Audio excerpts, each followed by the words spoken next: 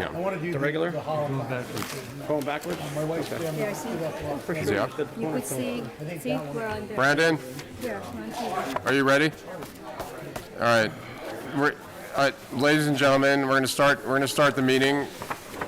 Board members, you guys ready? Sure. We're going to start the meeting. Are we on TV, Brandon? Okay.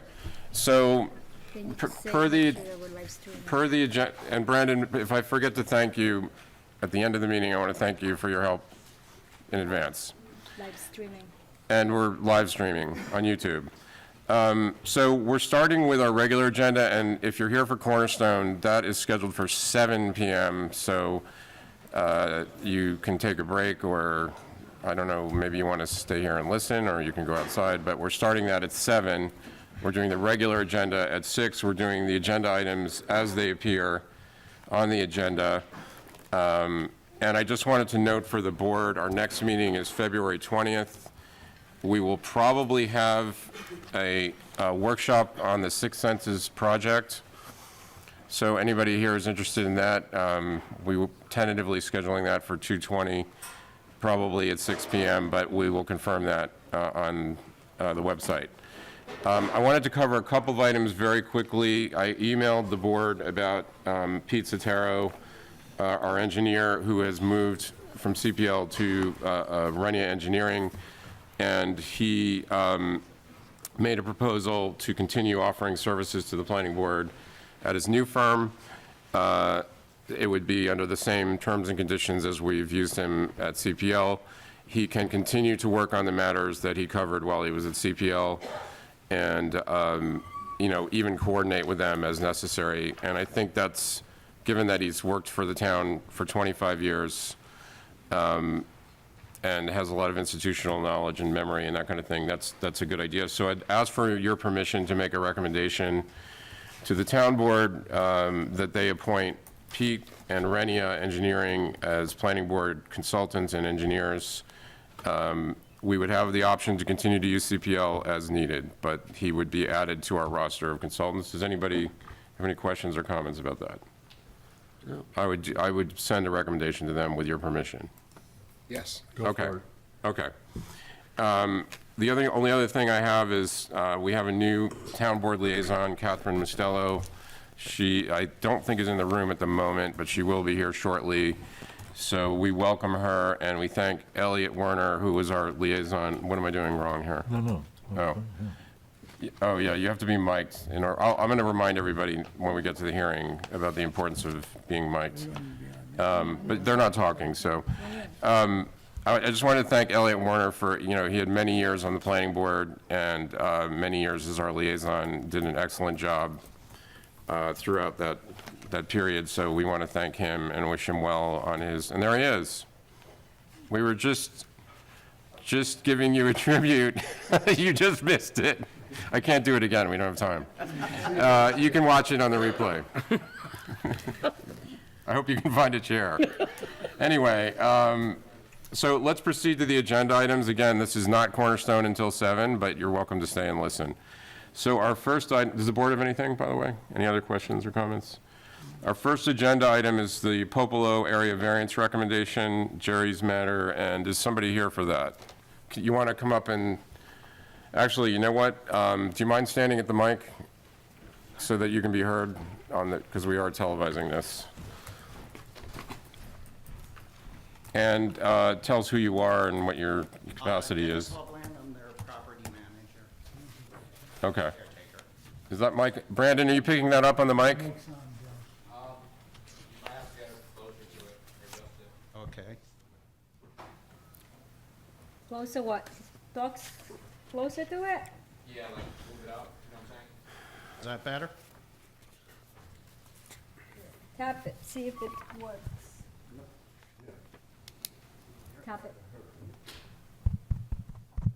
Can somebody, who knows how this works? Brandon, do you have to turn it on or? Plugged in, it just needs to be plugged in. It's plugged in where? It's plugged in. Okay.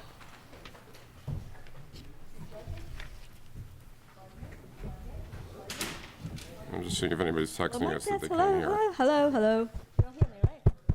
Well, it does. It's yes, yes. Oh, it is.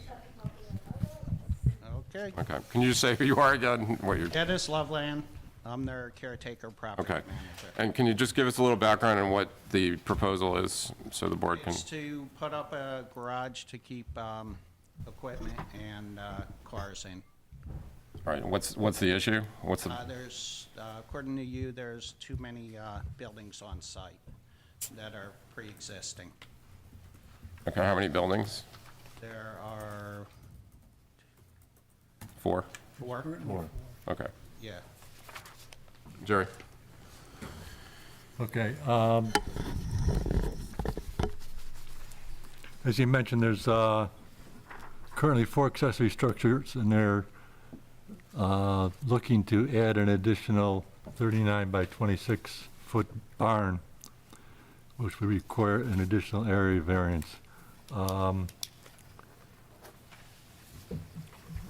little unorthodox, but we're going to request that the ZBA approves an additional area variance for the 200-square-foot goat barn currently under construction, which never got the variance because of the busy schedules, busy schedules of late. And the purpose of this new barn is to house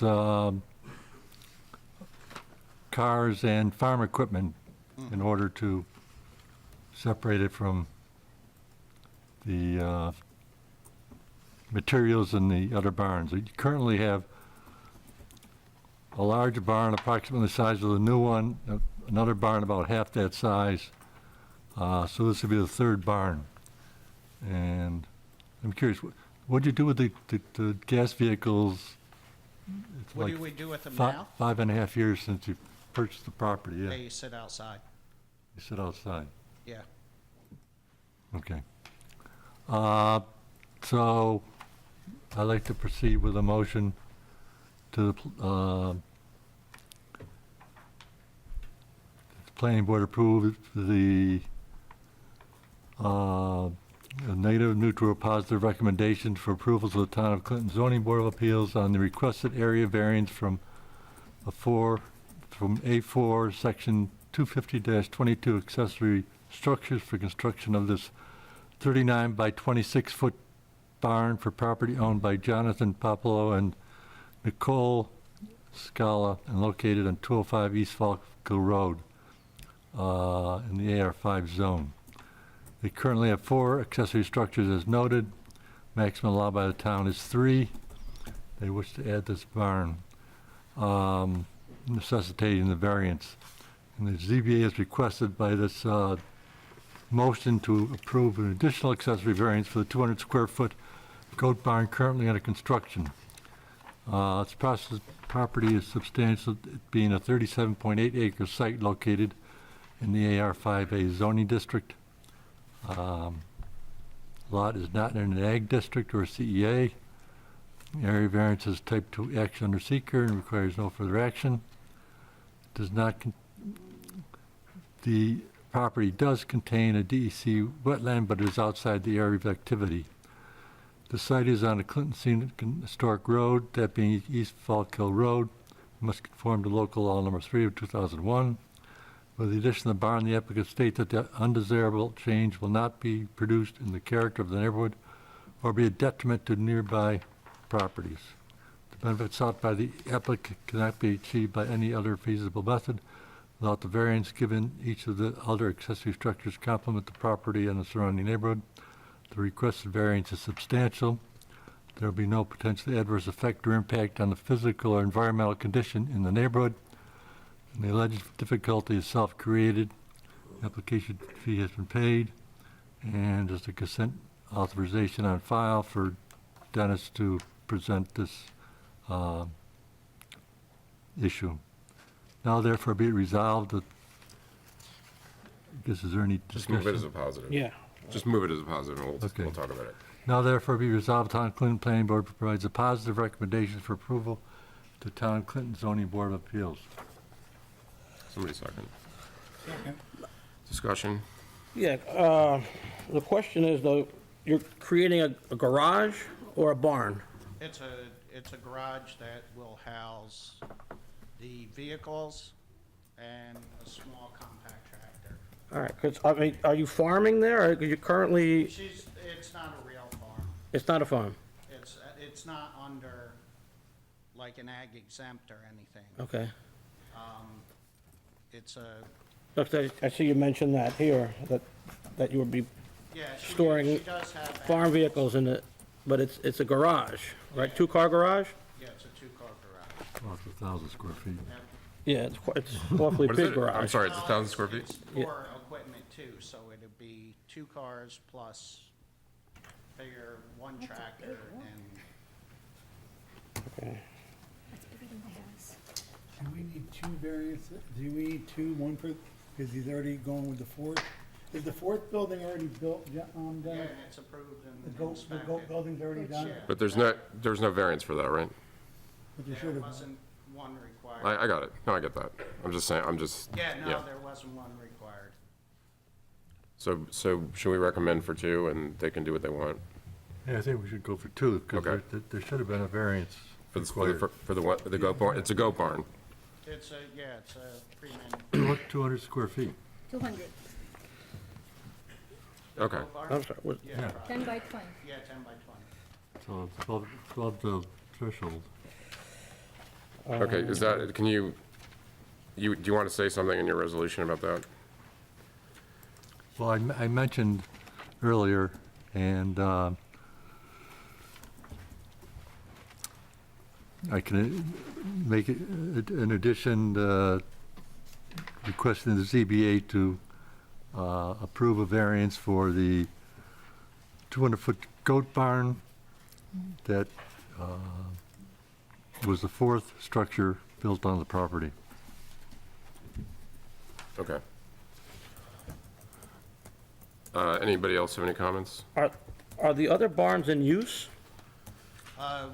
One is used for storage, and the other one, there is a gym in it that was, it has building permit through you guys already. Okay, I can barely hear. That's not by me, that's by That's part another of the pool contractor. fence, and that's one of the questions, is whether that is the gym and that serves as a pool house or not. All right, Jeff is asking, one of the buildings may qualify as a pool house, is that, and we construe pool house and pool as one structure? Yes, Is the that- part of the larger barn is used for pool equipment storage.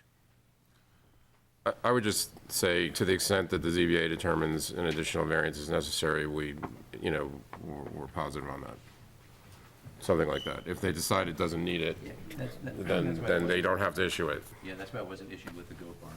Okay. Because that was seen as a pool house. That's one of the key changes.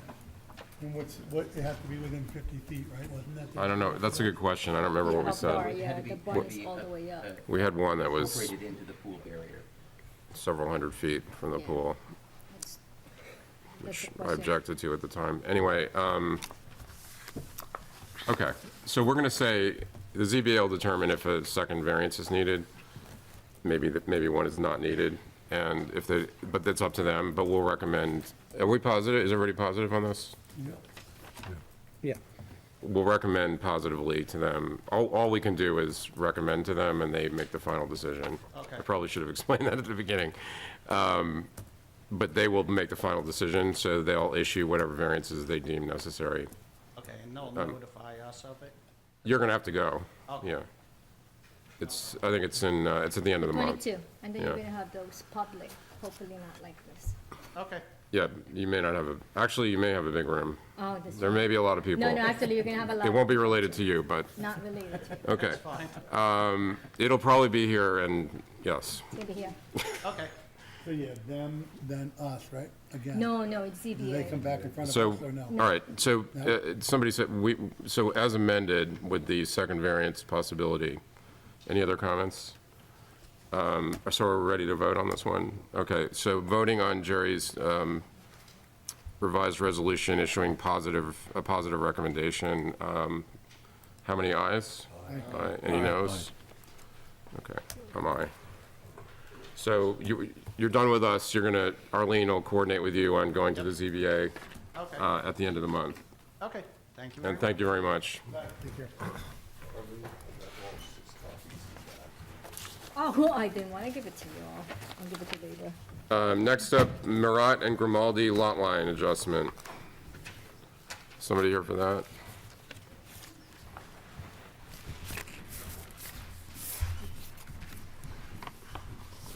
Long walk to the, The land surveyor for the project?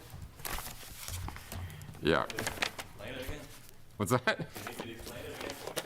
Yes. We're very, yeah, we have very short memories. You don't have to explain the whole thing, but just, yeah. So a lot line adjustment, Christine Grimaldi is gonna convey an acre to, Marat. She has about 4.3 acres now, she'll end up with 3.2 acres. Marat has 1 acre, she'll end up with 2 acres. There was an issue about the, floodplain being more than, less than 75% of her lot, Grimaldi lot, which we went to the ZBA and got a variance for. This is Jack, is this you? Yeah, we have a letter from the neighbors. See Mike? Yeah, wait, can you put your mic on, please? Oh, there it goes. We have a letter from neighbors asking that we condition the lot line adjustment on that acre remaining perpetually undeveloped. Do the owners have any current plans to develop the lot?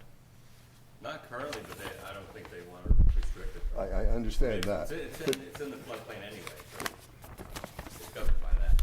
Yeah, my own feeling is, if there's no intent to develop it now, I don't know that we should encumber the property at this time. You know, if somebody comes up with a concept to develop it, we can, and the neighbors can all deal with it at that time. I agree.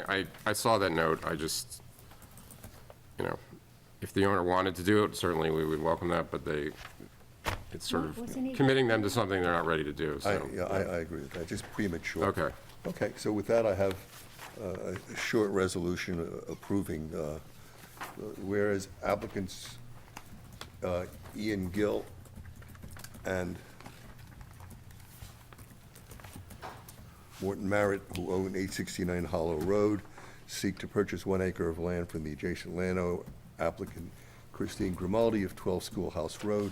Purchase would reduce Grimaldi's 4.3 acre property to 3.3 acres and increase Gillian Merritt's property from 1.016 to 2.016 acres. They seek a lot line adjustment pursuant to section 250-95K of the zoning code to facilitate the transaction. The properties are in RH and H zones where the minimum lot size is 1 acre. Thus, the size of the proposed lots is acceptable. Previously, we found the proposal appears to violate section 206-16C of the subdivision code, which requires that at least 75% of the minimum lot area not be in a wetland, and that a variance is required. We made a positive recommendation to the Zoning Board of Appeals with respect to such a variance. On January 25th, 2024, the ZBA granted the variance, subject to approval of a lot line adjustment. The planning board has received a letter from owners of a neighboring property asking that as a condition of approval of the lot line adjustments, applicants be required to encumber as of record the 1 acre at issue to require to remain undeveloped. No development of that area is proposed. Indeed, applicants sought a waiver of the requirement that they show wetlands on their map on the ground that no development was proposed. We rejected that request on the ground that it was equivalent to a variance, hence necessitating the proceeding before the ZBA. The ZBA's resolution also expressly references the fact that no building is proposed. We conclude it would be premature to require applicants to encumber the 1 acre in question at this time. Applicants again stated before us on February 6, 2024, that they do not intend to develop the land, that part of the property at this time. If in the future any such development is proposed, the applicable authorities, including this board, the ZBA, and the MCEI, can deal with the issue in light of a specific proposal. Nothing we do here today with regard to this lot line adjustment should be considered one way or the other as indicating views on any future development of the property. Now therefore be it resolved that the planning board hereby approves the requested lot line adjustment subject to payment of all fees. Somebody second? Second. Thank you. Discussion, questions or comments? Anybody? All right, so ready to vote on Jack's resolution. All in favor? Aye. Anyone opposed? So you'll submit, what do we need, a Mylar? So you'll submit the Mylar with the final? Everything is okay with the Did you map? note on the map saying that the variance was granted or anything? Yeah, did you include that variance on the resolution? He put it in the resolution. Yeah, I mentioned it in the Yeah. resolution. If you want it, you can put it in there if you want, sure. I don't need to, just leave it. Well, it's better, it's nice. Yeah, I mean, that's actually a It's good point. better if it's nice. Yeah. There's nothing wrong with the map, anything, Jack? No, The map is perfect? I didn't see any problem. All right, so just Smiler. Okay.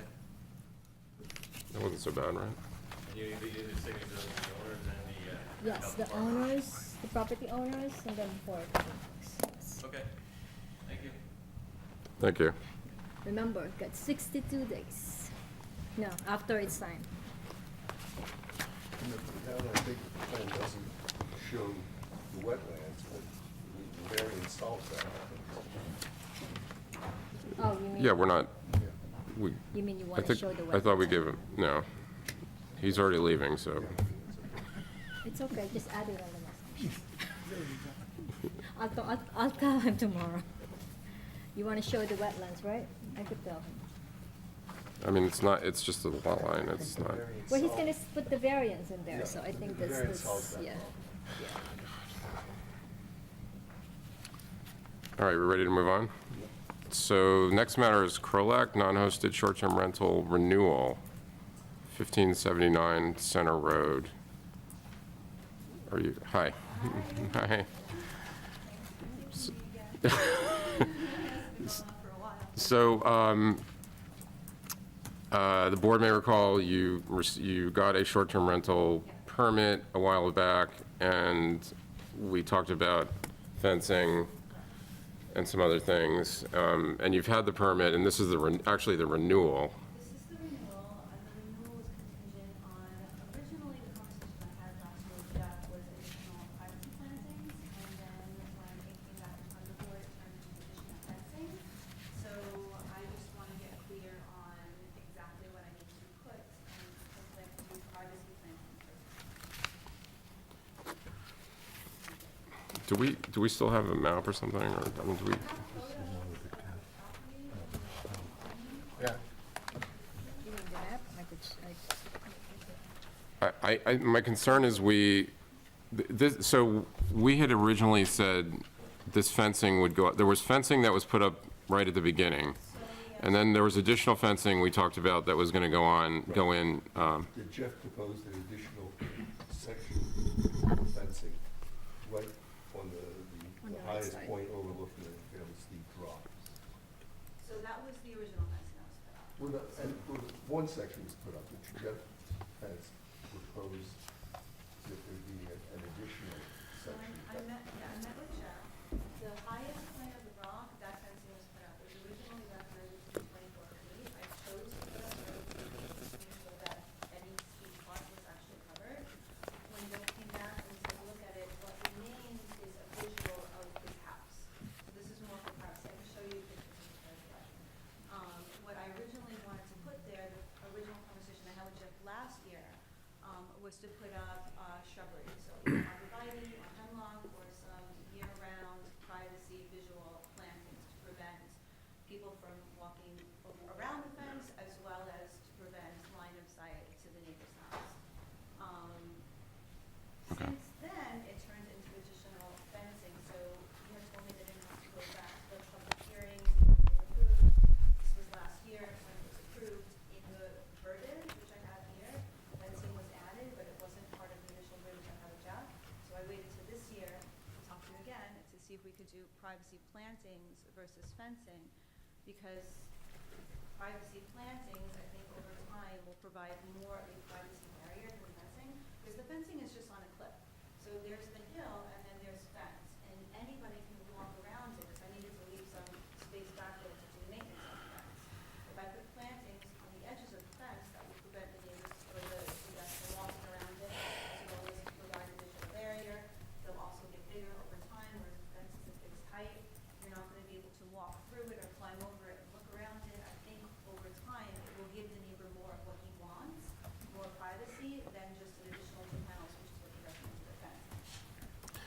Okay, Jeff, do you mind getting on a mic and just, you've been over there, right? Yeah. Yeah, he's been there a lot of times. Yeah, thanks. Hi, Heather. I don't want to put you on the spot, but what do you think, I mean, is this sort of an equivalent thing that, I mean, is this just a different That's- way of solving the problem? Yeah, basically Heather's request is that the planning board modify the original resolution that the planning board made. It was in the resolution of the initial approval that the fence would be erected. And the fence was allowed to be shortened for the first year, so that Heather wouldn't have to, the cost of bearing the cost of the whole fence being installed. And then the renewal in the resolution, the renewal was contingent on the remainder of the fence being constructed, with the understanding that I would go out to do an inspection to determine how much of the section we thought should be added. And so, as part of that renewal application, I went out and I think 2 sections of fence. So there are 3 sections that were installed first, and instead of adding another 3, we cut it down to 2. That blocks all the line of sight. Through that process, and Heather is proposing to, instead of that fence, put up the plantings. So, but the additional fence was part of the original planning board resolution. Right, Right. So. What do you think? yeah. I mean, it's certainly within the planning board's purview to take the neighborhood into consideration and neighbors' concerns into consideration. And I think that in this case, the fence makes the clearest block to that line of sight. I agree with Heather's assessment that the fence only does so much to protect anybody from going down that very steep slope. People can walk around it the same way they could walk around planting. So I think that it's much more about how does it impact the visual, really, to the neighboring property. So I don't think either way, it adequately addresses a safety concern without requiring that the entire property be fenced in, which is unrealistic, so. Would the plantings be at least as high as the fence? Yeah, and over time they'll get higher. I want to either put in arborvitae, which can go up to 20 feet, I really like 10, 15 feet, or hemlock, which gets to be 10 feet and then it goes wide, and it actually goes really well on hills, which is where this is, at the edge of the hill. So it goes, I have pictures of what it would look like. This type of tree. This is the hemlock on the bottom. That's the ideal one that I like to put on, and it gets very thick, very dense. There's a 10-foot kind of foresty gap, which is where I would put it, and I let it grow across the whole farm. It would be it would be year-round, winter privacy protection, and it would be much taller than any fence. Plantings be less expensive? Not even close now. Yeah, it's more, Cost me a lot more to So- put up the plants. And why don't you what wanna happen put if up it the fence? dies? Because this is also my home, and, I aesthetically and just, it's not just an Airbnb. If I put up a fence, my house faces, Can I right now keep it's this? facing that area, but neighbors below. So my windows look out at sky and trees. In order to see the neighbor, I have to go outside and look down, and he's down there. We're putting up the fence to prevent that from happening, but then what happens is I get a big fence across my window. So there is something for me as well. I would prefer to look at trees than a fence. Did this come up? I mean, I don't know if I was here for the No, original. this is new. And I can show you again if you guys want. I mean, if it's an equivalent in terms of screening, isn't that what we're looking for mostly? The problem is the plant. Yeah. Okay. So you're talking about planting mature, fairly mature, At least 6 like feet. 6 feet or more, 6 to 8 feet? Yeah, I was pricing the 6-foot ones to put a few of those in. Can I take this? As a kind of a hedge, right? I mean, planted, they would be a hedge, planted close together. It's a bush, and then you plant the bushes close to each Yeah, other. okay. I also said I can put up some maybe screening as they get mature. I just would prefer to do this. It's definitely I don't have more a problem with that. expensive, but I think over time it will provide also, because I also know this particular neighbor is very concerned with privacy, and I honestly don't know that just 2 sections of fence is going to make him happy. Over time, I think he'll want more additional fence, and I don't think you want to see me having this conversation every year with you. So I'm trying to find ways that will make him happy, and that will make me happy, and also make you guys happy. So the plantings will be longer than the fencing would be. Over time, they'll grow wider, yeah, because over time, the plantings get bigger, the fencing remains the same. So if I put in fencing, the hemlock that I showed you, the right. Well, can I ask you a procedural question? It grows wide, it grows tall. It could get to 30 feet wide, so that's I just want to, We just have a question. I just want to ask the Quick question. chairman if we're being asked to modify our resolution, do we need to have public comment on a new resolution? Well, As a matter of course, like, you're asking us to modify a resolution can that we somebody made. turn his mic off? I'm just kidding, you can leave it on. I mean, this was a condition of the original resolution, and then we said as a condition of renewal. I remember we had a meeting where we said as a condition of renewal. That was not a hearing. I mean, we're substituting one form of barrier for another. Do we need to re-litigate that, or, I mean, If they're equivalent, yeah. you know, it seems to me it's not a material change. I think if somebody comes forward and wants to object, we'll listen. My view is we don't have to have we don't have to That's what the procedural- we don't have to go through the application process again, because this is a renewal. That's just my 2 cents. So Okay. we would renew now subject to the plantings going in, or Yeah, it's wait good. until the plantings go in and then renew? So it's a little early to plant.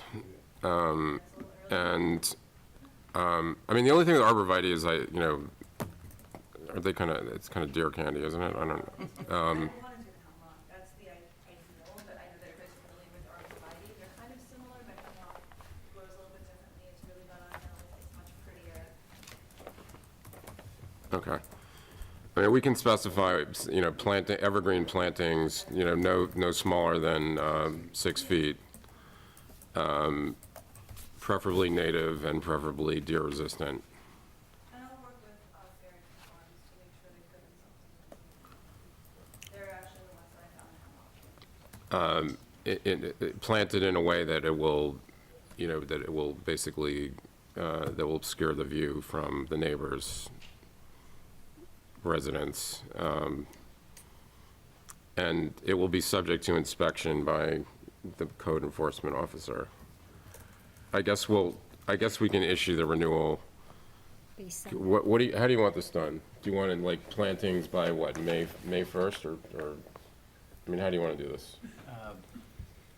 I would recommend talking with, whatever vendor you're going to go with, find out what the timeline is for them. They should be planted in an appropriate season that they're going to be healthy, and I think we can rely on their input on that, and then get that to, But we're gonna, get that to us within 2 weeks or something.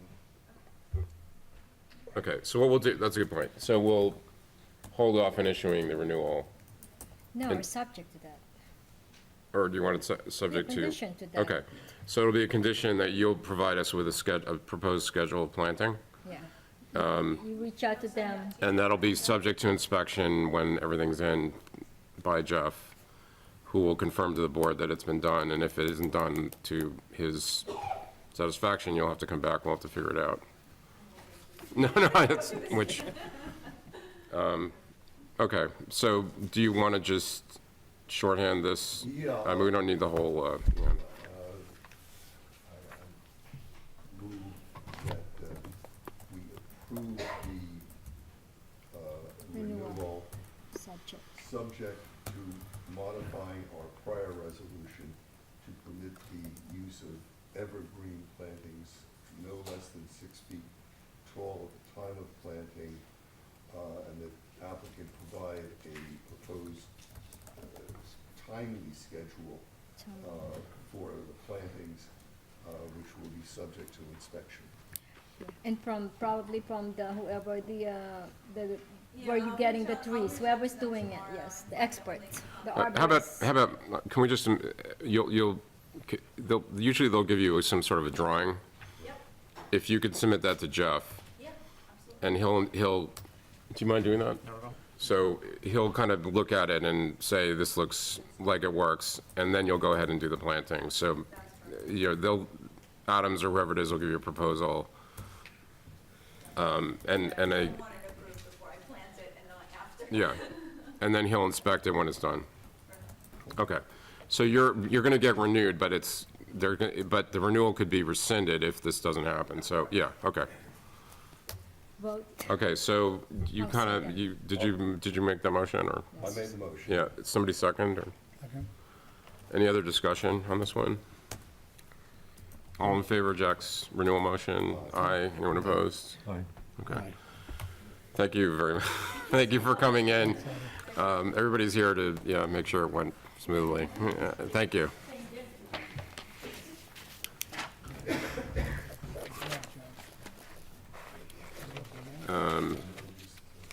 The final regular agenda item is Wolpe. This is a non-hosted short-term rental renewal.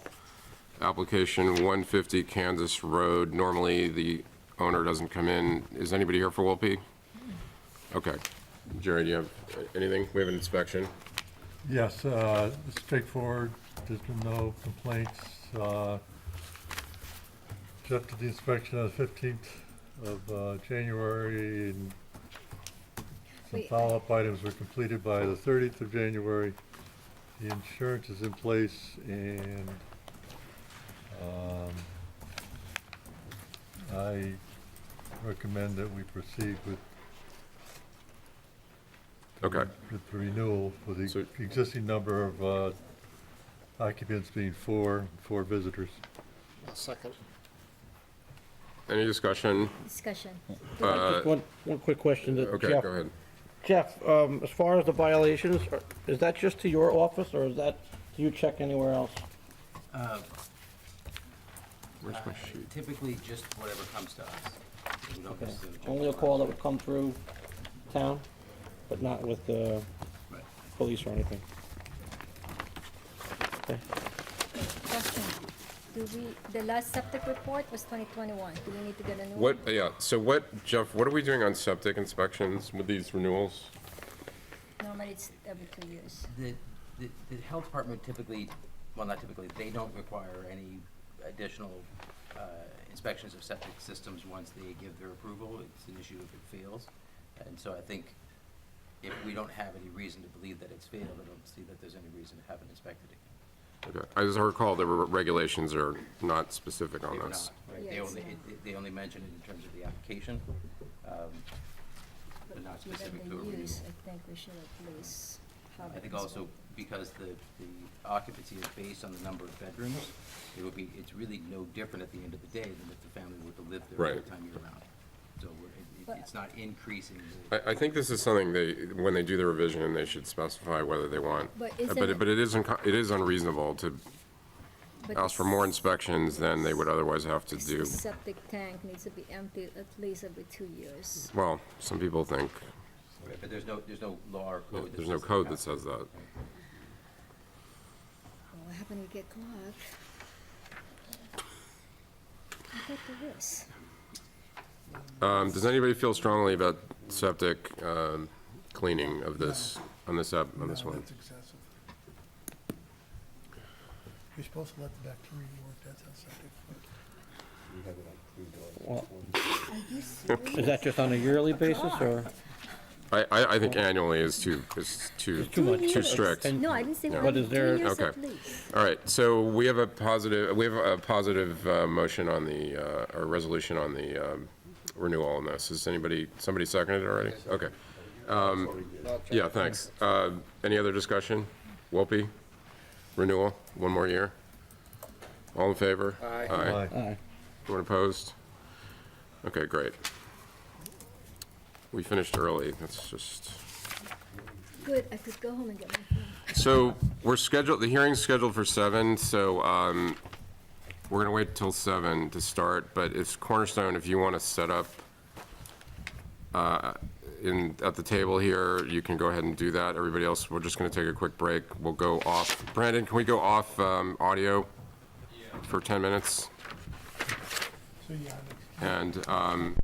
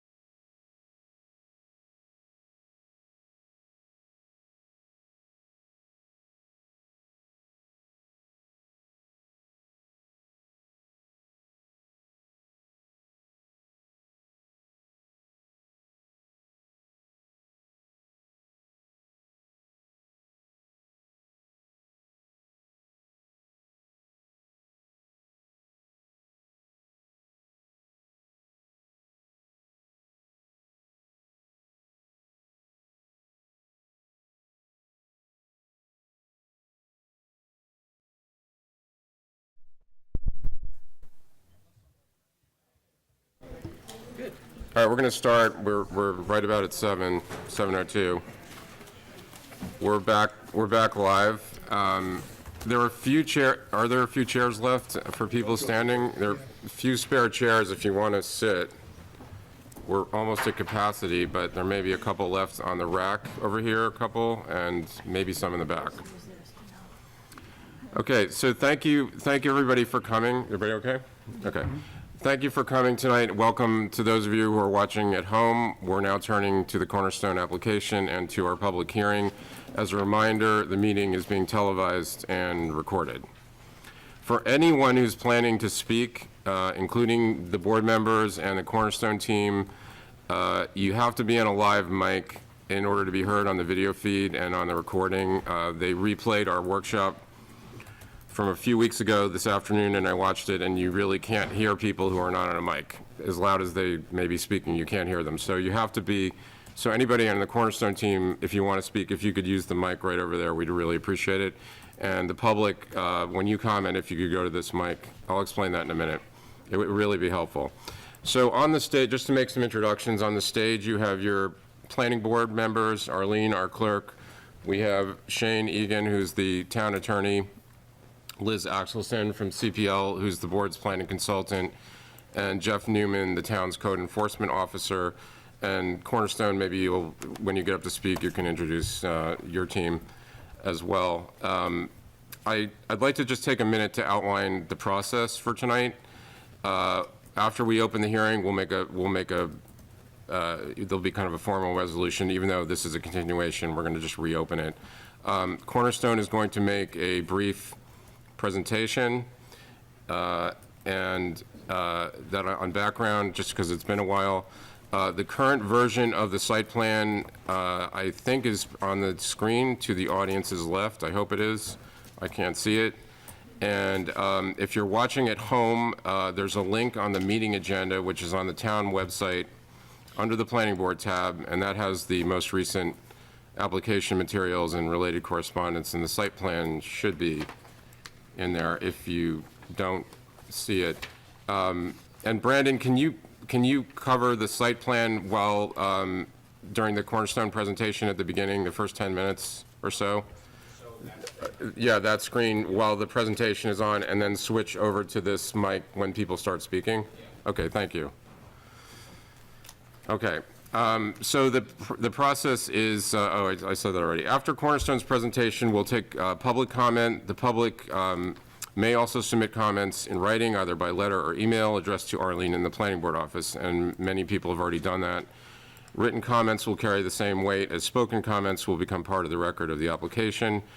The board will not be voting on the application tonight, and the board will have to consider whether to keep the hearing open, or at least the record for written submissions open until the next meeting, and I'm hoping the next meeting will be in March if schedules permit. Just a few guidelines for speakers who are members of the public who wish to speak. Go to the podium to my left and use the mic. It's helpful to us if you identify yourself and your address, but you are not required to do that. You can remain anonymous if you wish. Please address your comments to the planning board. Do not address the Cornerstone representatives or anyone else in the audience. I have decided not to impose any time limit on individual comments, but please try to be efficient with your remarks out of courtesy to others who are waiting to speak, and please do not speak more than once, at least till everyone else has had a chance. We want to get through everyone who's here tonight who wants to speak before we adjourn. If you wish to, as I said, if you wish to supplement your remarks with a written submission, you're welcome to do that. We may or may not respond to your comments or questions. Probably most of the time we will not respond, but that doesn't mean we disagree with you or we're not listening or we don't care. We do care. Please do not interrupt other speakers or audibly react to their comments, whether you agree or disagree with them. I just ask that everybody be nice and civil, and the meeting will be, much, much better if we are. Finally, I would just note, there have been a number of prior meetings and hearings in this matter, maybe an understatement, starting with our board, then the ZBA and the town board. And my point is simply, we're not starting from scratch.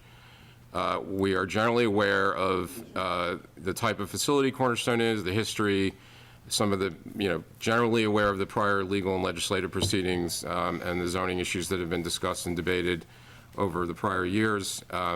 It's just something to keep in mind when you're framing your comments. In addition, please keep in mind that this board is not a lawmaking body, and we are bound by prior decisions of the ZBA and the town board. Comments addressing the planning issues that are before the board, including but not limited to whether or not the requested permit allowing expansion to 99 beds from 68 should be granted, and why or why not. Comments on the site plan and what terms and conditions, if any, should be imposed in a special use permit, if one is issued, will be especially helpful to us. So thanks again for being here and for your courtesy and cooperation. Does anybody have anything to add or correct or subtract? Okay. So if there are no comments from the board, anything from the consultants? Okay. I'll make a motion to reopen the public hearing in the matter of the application for special use permit and site plan approval by Medical Arts Sanitarium, Inc., DBA Cornerstone of Rhinebeck, 7393 Serenity Hill Road, Town of Clinton. Somebody second? Any discussion? All in favor? Aye. Anyone opposed? So our hearing's open, and Lee, were you going to make some remarks before we, okay, thank you. And just introduce yourself and maybe the members of your team, if you wouldn't mind. Mr. Chair, members of the board, I'm Lee Lefkowitz from Zarin and Steinmetz. I know you were expecting my partner Jody, who unfortunately has COVID. She wishes she could be here, but I am here tonight with representatives of Cornerstone, my co-counsel Warren Raplansky, Karen Labruto, and Kyle Bardwell from Labella, and you'll be hearing from them in a little while. As this board is aware, this is a continued public hearing from April of 2022. A lot has transpired since that time. We've had 2 work sessions with your board to review technical issues. So we'll keep this presentation short to allow the public an opportunity to comment. We think that the application's been sufficiently honed as a result of those work sessions. But for the sake of the record, I just want to briefly summarize a few of the key points and touch on some high-level technical issues. This is for a retroactive approval of an increase in patient capacity at Cornerstone, as well as to memorialize conditions that have been existing for almost 18 years. In 2006, the capacity of the facility was increased from 66 to 96 beds, and then again from 96 to 99 in 2016. There was no construction or increase in the footprint to accommodate that increased capacity. There's been no physical changes to the facility or the site since Cornerstone took over, and none are proposed today, except for some minor de minimis boundary line encroachments that the board asked us to take care of, as well as some screening that we're putting up. Nor are we seeking to increase additional beds over the 99 that have existed for years. Cornerstone, again, is solely seeking retroactive approval for what's essentially been the conditions for the last 18 years. So, although, with that said, you've already heard some, and you may hear more, some extraneous allegations and other claims about Cornerstone. I'll address those a little bit where I can, but really the focus here, as Mr. Shetty said, needs to be on the criteria here and whether we met them. Very quickly, just to dispel some misinformation we've seen out there, Cornerstone did not increase its capacity to 99 unilaterally. This was not done under cover of darkness. Cornerstone went through an extensive application process with Oasis to increase its capacity, the state licensing authority, and also obtained approvals from the county to do that. And it's subject to monthly water testing of the groundwater well. There's a public water supply. Cornerstone admittedly did not get approval from this board, and that's why we're here now. We're here now to correct that. So we're here under section 250-31, which requires this board not just to consider the site plan and special permit criteria, but primarily whether the increase back in 2006 resulted in any significant adverse impacts to the surrounding neighborhood. So that's what we really want this board to focus on.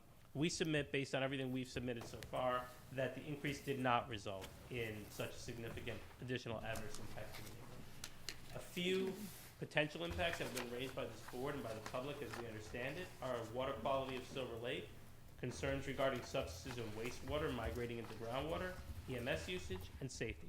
So Karen is going to explain a little bit more about some of that in more detail, but quick summary.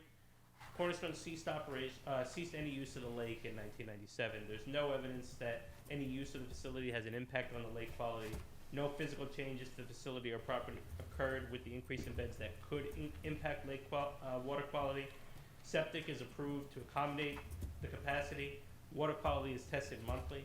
And in fact, we submitted documentation from the DEC that concludes that any degradation to quality is likely caused by failing septic serving single-family homes on the lake.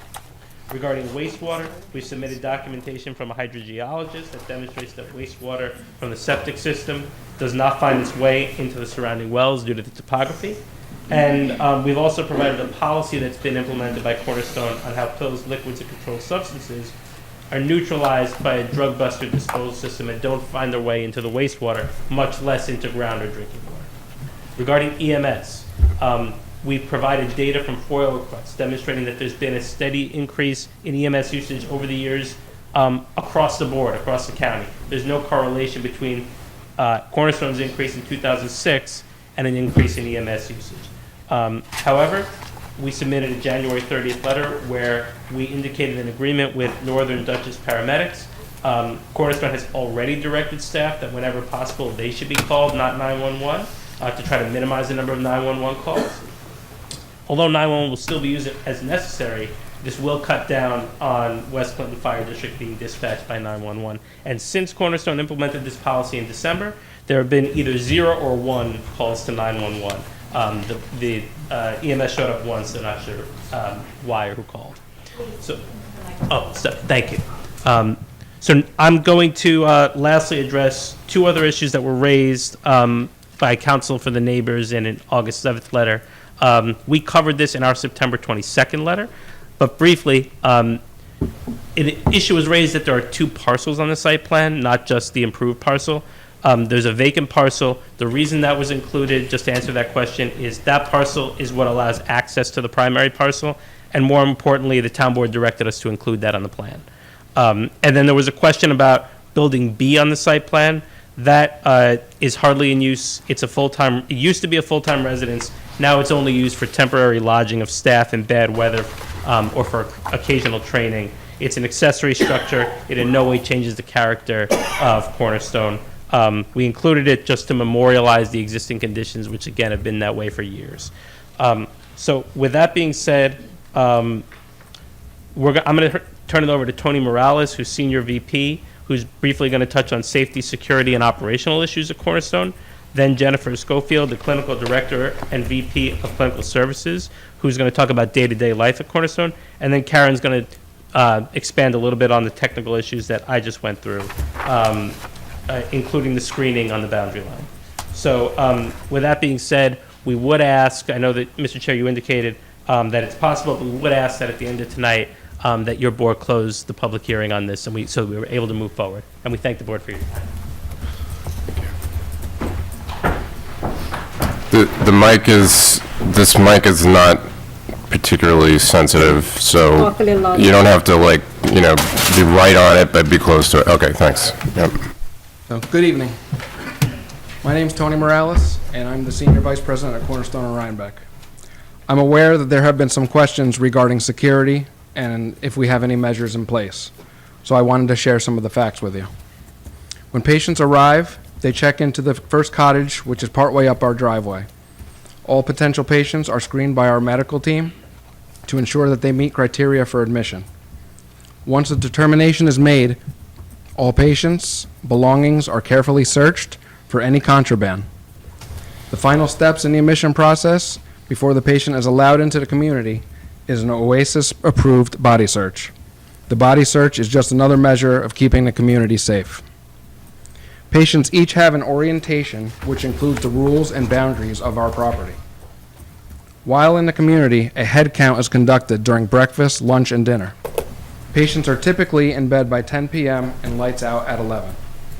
Bed checks are conducted by staff every 2 hours beginning at midnight. We have a motion sensor alerting us of traffic coming up and going down our driveway.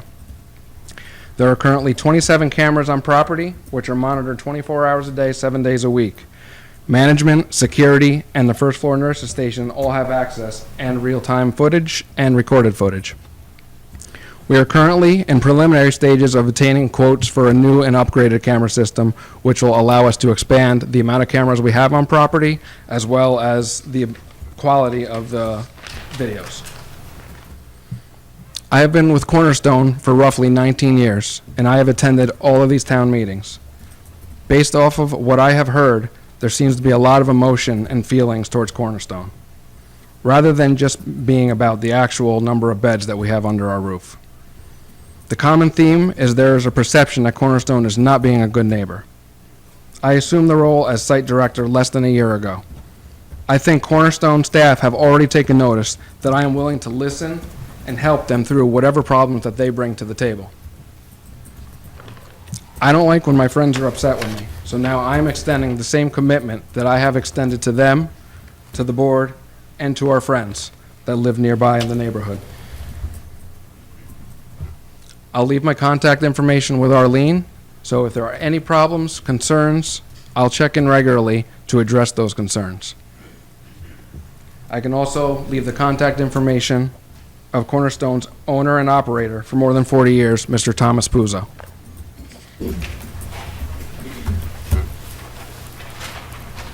Now, this hearing is to discuss allowing the amount of beds to remain at 99 rather than being reduced back to the pre-existing non-conforming use number of 68. I have a letter in my hand from someone who would potentially have been patient number 69, and I would like to read it to you. What does Cornerstone mean to me? Cornerstone is a safe place, a place of healing. This country is filled with so much pain, so much pressure, so many different drugs. We the people feel like there is no hope. It seems as if this country, it is easier to find problems rather than finding help. Problems such as drug addiction, alcoholism, rent increases, homelessness, depression, so many other problems. Cornerstone is a place of love. For some of us, this is the only love we've ever felt. Politics has taken over, controls over all forms of life, to the point we the people are suffering. The very fabric of society is broken. Places like Cornerstone embodies change for those who want change. I am one of many who want to change. So I thank you for being a stepping stone I needed for a successful future. The country needs more Cornerstones, not less. Now in my hand, I hold letters from patients 70 to 99. I've read them all. Are we going to be forced to say, sorry, I can't help you at this time? So tonight, we are listening to emotions that can be mended. The decision is not just about retroactive approval of 31 beds under a roof, under a vacuum. It is the reality of treating and impacting hundreds of lives per year. Thank you, everyone. Thank you.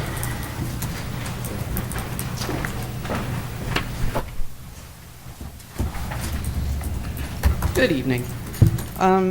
My name's Jennifer Schofield. I'm the Clinical Director and Vice President of Clinical Services at Cornerstone of Rhinebeck.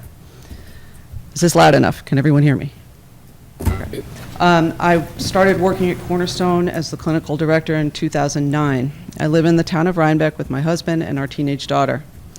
As we have heard from some, though not all of our neighbors, there is little question that substance abuse is a societal problem and that treatment is an important and valuable service to addicted individuals. At question here is whether or not we should be allowed to retroactively obtain permission to help 99 people at a time. We clearly have the resources to do so, as we have been providing treatment to this number of people since my early days at Cornerstone, which is going on 15 years now. Also in question appears to be how treating this number of people impacts our neighbors. I understand that some may be concerned with environmental impact or property values or safety. The engineers can speak about environmental impact. My colleague Tony Morales has spoken about safety. I will not be addressing property values as I see no way to measure or reconcile the value of human lives in relation to the value of someone's house or bank account. I would like tonight to talk specifically about how our program serves our community, our neighbors. It is well established that addiction is a family disease. Each person we help is part of a family system. Our patients have loved ones who have entrusted them to our care. When one person in a family gets healthy, then their whole family system improves. Children get their parents back, parents get their children back, marriages are healed. Our patients often have full-time jobs, and they have taken a month's worth of sick time to attend rehab. Our patients have rent and mortgages to pay. They have children to pick up from school and to take to their soccer or basketball games. Some of them, when they are clean and sober, go on to finish school, and they graduate with degrees in teaching or nursing or pre-law. Some go on to vocational programs, and they are now our electricians, plumbers, and landscapers. They are the people who serve us dinner on Friday nights at diners. They sell us stamps at post offices on Saturday morning. They stock the shelves at the grocery stores on Sunday for the coming week. These clean and sober people are our family members and our neighbors. As I described to the board when they toured Cornerstone, the programming we provide includes such things as individual counseling, group therapy, family counseling, educational lectures, art therapy, yoga, nutritional guidance, nursing and medical care, 12-step meetings, mindfulness and meditation, and many sober recreational activities.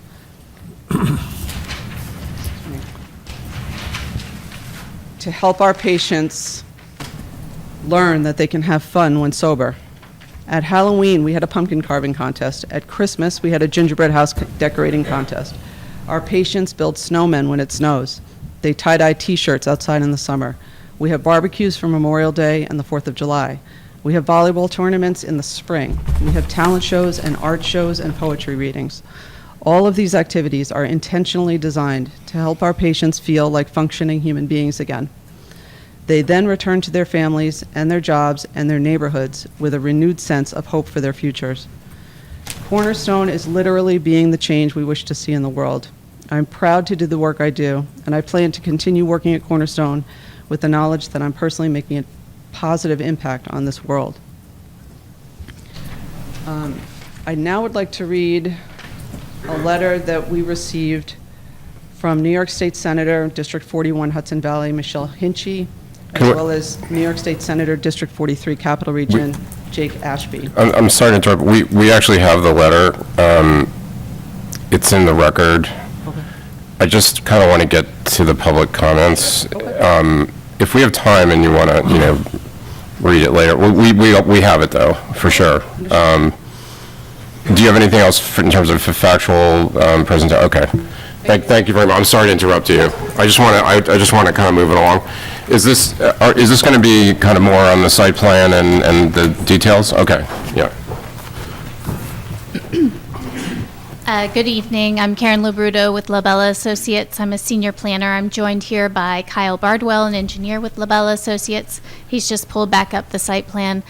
We were with the planning board at a site visit during the summer, and we made landscaping improvements on behalf of the applicant at that time.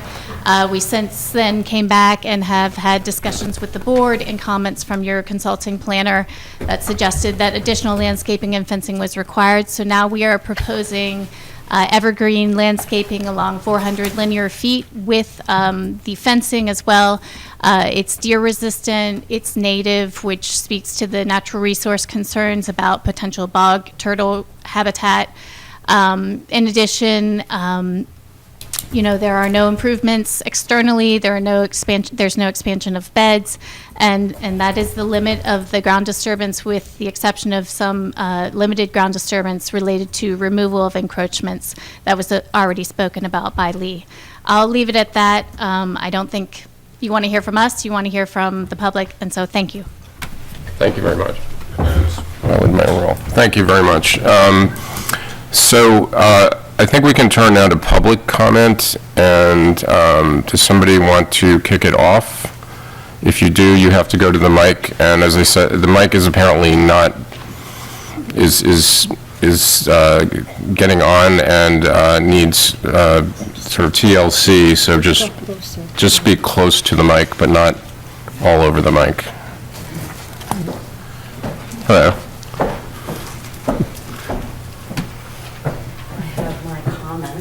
Very good, I love that. Are you a neighbor, or are you part of Cornerstone? I'm a neighbor. And Okay, can we start, because we just had, I was hoping to get the neighbors to speak first. Yeah, If let's you, do that. yeah, can we try to alternate a little bit? Yeah, but it's You fine. can hand that up, sure. Thank you. That's what we just said, yeah, we just made that point, but thanks for reiterating. Go ahead. Yep. So my name is Erin, and I live in this community. As an intro, I have a stepfather that was a coke and alcohol addict and would wake me as a child with a gun. And my lifelong best friend is an ex-heroin addict who now runs some of the best sober living communities in this country. So I agree, rehabs are really life-saving, because without them, I wouldn't have a family. So I'm just going to start there, because a lot of times we get a lot of pushback from the community at Cornerstone that we don't want you there. And that is absolutely the last thing in the world. We'd love to have you there, but just following the same rules that all of us have to follow. So, we've been asked by the planning board to come to this public meeting with suggestions and solutions rather than complaints. In the multi-year odyssey that we have all been on with Cornerstone, I am game to try anything. So here it goes. A forward-looking, positive-seeking resolution for all. Here it is. Ready? Test the water independently. Hire an independent company to test the water that is leaving the Cornerstone septic system, moving into their leach field and down into the Wappinger Creek. Let's all cross our T's and dot our I's. Cornerstone sits on a very low-density conservation district. As soon as the new zoning laws are complete, Cornerstone will be reclassified by this town as sitting in an aquifer protection overlay district. There is no other place in this town that has more protections than this. I don't know how this planning board reconciles increasing density in a conservation low-density district that already exceeds the zoning codes. But this will set the bar for anything going forward in this town. So let's do this right, for the planning board's future liability and everyone's good health. Let's find out how many gallons of water per month go through the water system of Cornerstone. At the Cornerstone workshop last month, a board member asked what kind of testing has been done for the wastewater on site. Cornerstone representatives eschewed the question and doubted that such a test could be run. As a community, we did some cursory outreach and found that you can test for fentanyl, methadone, and other trace amounts of substances used in a daily detox center. The Cary Institute of Ecosystem Studies in Millbrook, does this testing. So does Nathan Dwyer at GT Molecular. These companies test for the elements of a variety of things in wastewater, including fentanyl and methadone. Methadone, which scientific data since 2015 has proved when in diluted form and comes into contact with disinfectant, such as bleach, creates a cancer-causing agent. As a planning board, if you fail to research this and knowingly approve it, let's find out what your liability issue is from an independent counsel. We are not saying that Cornerstone Septic is bad. Maybe it's awesome. And everyone living downstream from Silver Lake is all good. Can their septic system handle everything going on there? Would a wastewater treatment plant on the site be able to provide the correct levels of protection? We don't know. So let's test it independently. I agree with this planning board. Let's lead with solutions. Let's let science show us the way. Test the water independently. Thank you. Anybody else? This way.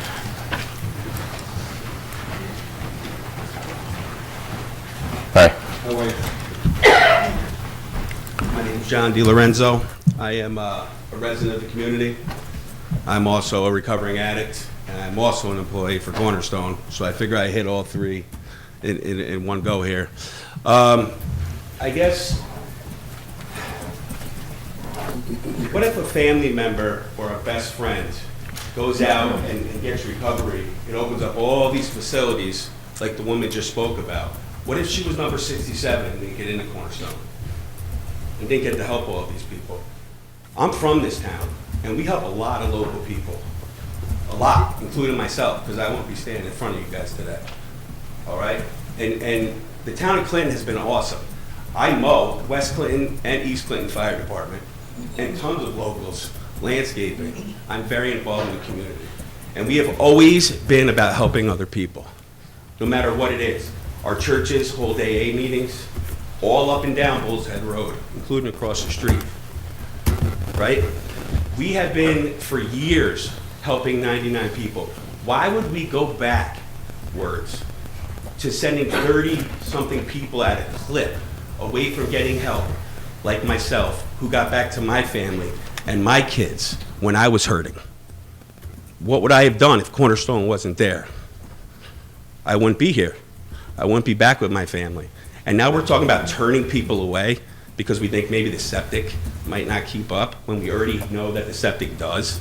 Like, what are we talking about here? We're talking about lives, people's lives. People who can come in, we help them and support them in any way possible, and they go back out in the community and make something of themselves. I just, where's the compassion? Where's the heart?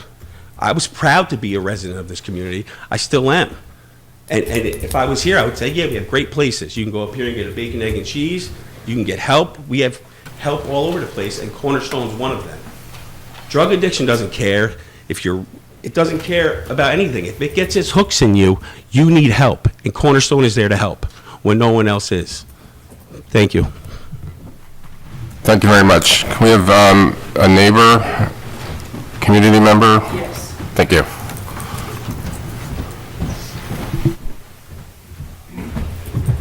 Hi, my name is Randy, and I live in the community near Silver Lake. I have a ex-late husband who was treated at Cornerstone, and what he came back to was not his family, but his addiction immediately. I'd like to know what the recidivism rate is at Cornerstone.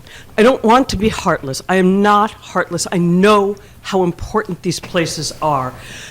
But everybody keeps talking about the numbers from 60 or 66 to 99 and those people that, how about all the people that cycle through constantly? It is not, I know everybody here, their heart and soul is into this place. But there are many sides to this coin, and we live around the lake, and we should also have consideration for our safety, our privacy, and yes, the value of our homes, because without the value of our homes, if I have no retirement, I would be out on the street. We have to think of all of us, and everybody has to compromise, and everybody has to give up. And then I also really want to address the elephant in the room that nobody ever talks about. The sale for $33 million. There is no legitimate company that would buy a little place like Cornerstone with 99 beds, let alone 60 beds, for that kind of money if they weren't planning a huge expansion. This is just the beginning. And you guys, because they have very deep pockets, you guys are the only thing that stand between the community, clean water, our modest little homes, and deep pockets. Please take that into account. $33 million for 99 beds? I don't think so. Thank you. Somebody, another neighbor, maybe?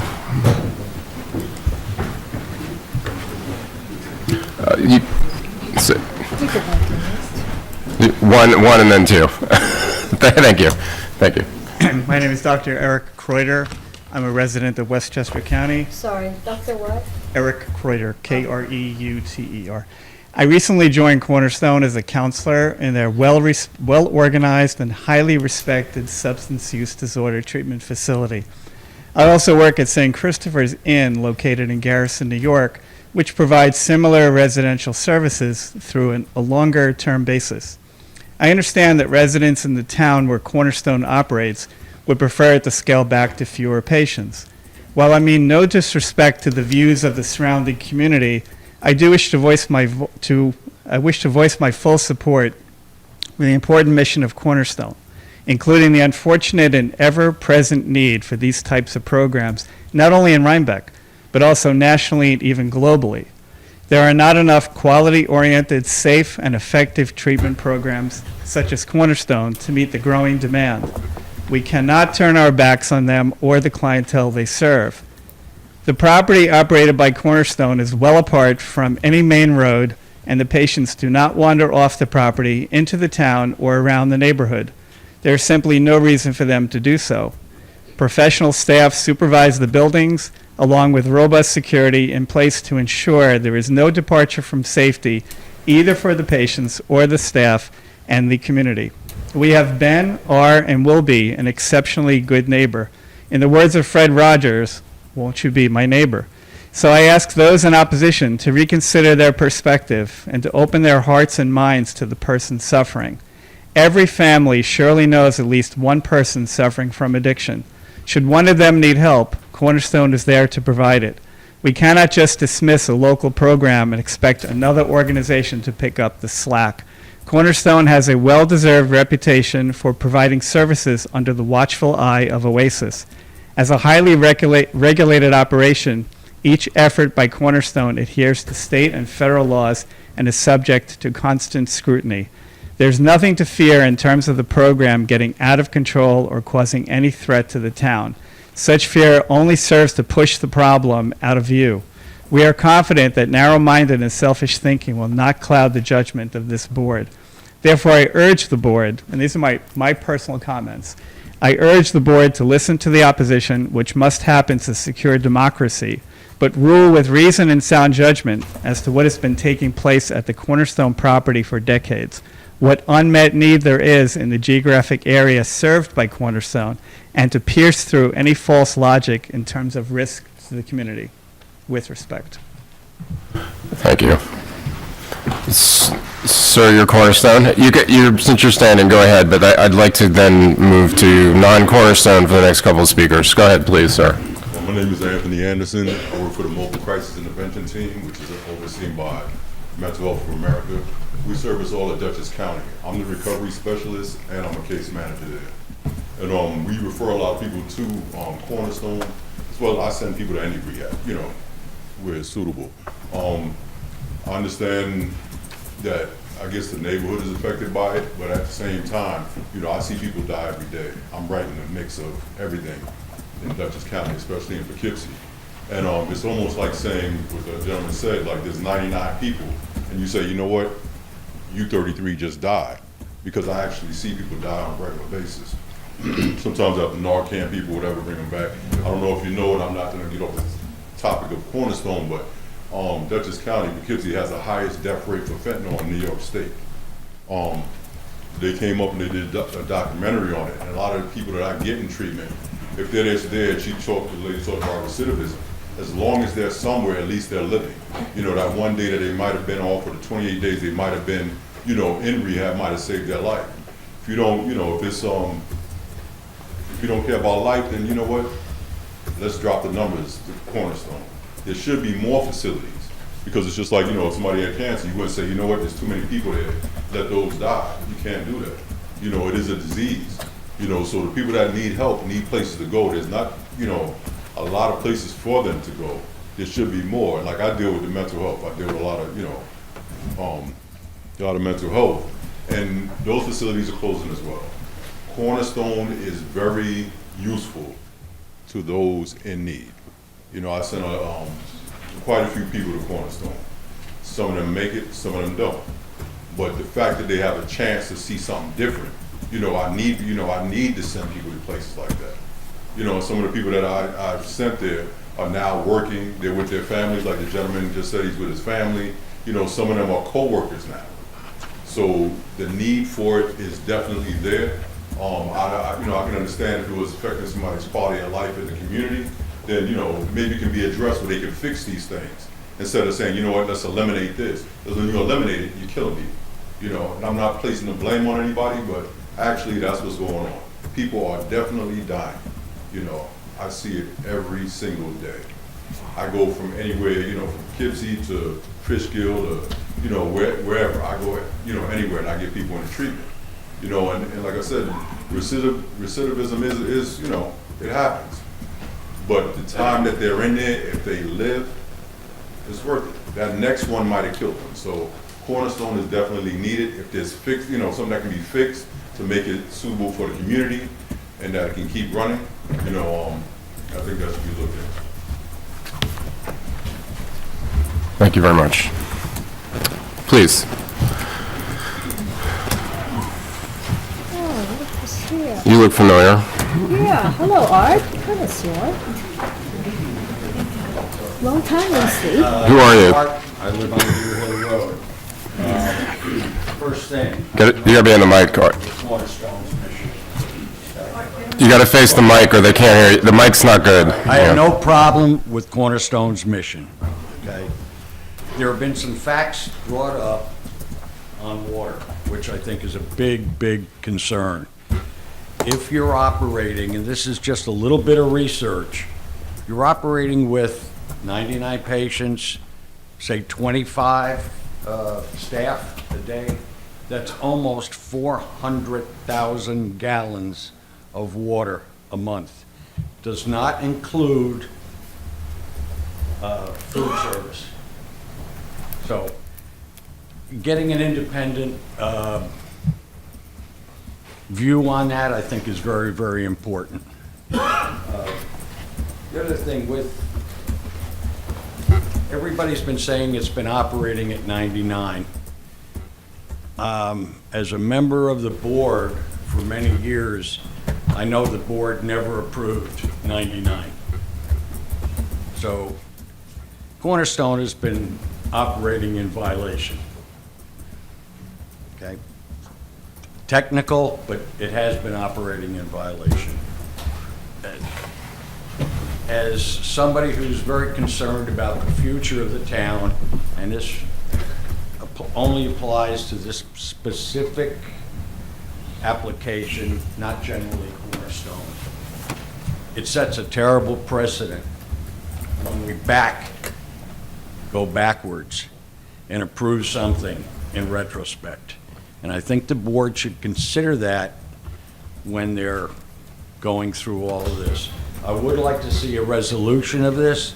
I think it can be done without a lot of emotion. And I hope it happens that we can get together and get this resolved, because there are still going to be a lot of issues here. Thank you. Art, do you mind staying up there for a minute? Can I just ask you something? Yes. You can say at the mic. In terms of a possible resolution, do you have any other suggestions, thoughts, practical solutions that we could think about? Well, I think hearing a lot of both sides tonight, I'd probably like to write them down. Okay. And be a little more cognizant on it. Sure. Rather not just spurt them out. So I will do that for y'all. Thank you. Thank you. Another neighbor, community member, please. Wait. Yeah. We are, yeah. Hi.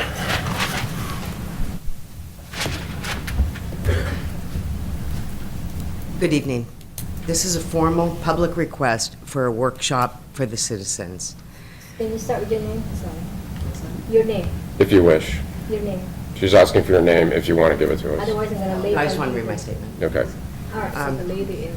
Okay. The citizens of the town of Clinton need a platform to voice their concerns and to have their questions answered.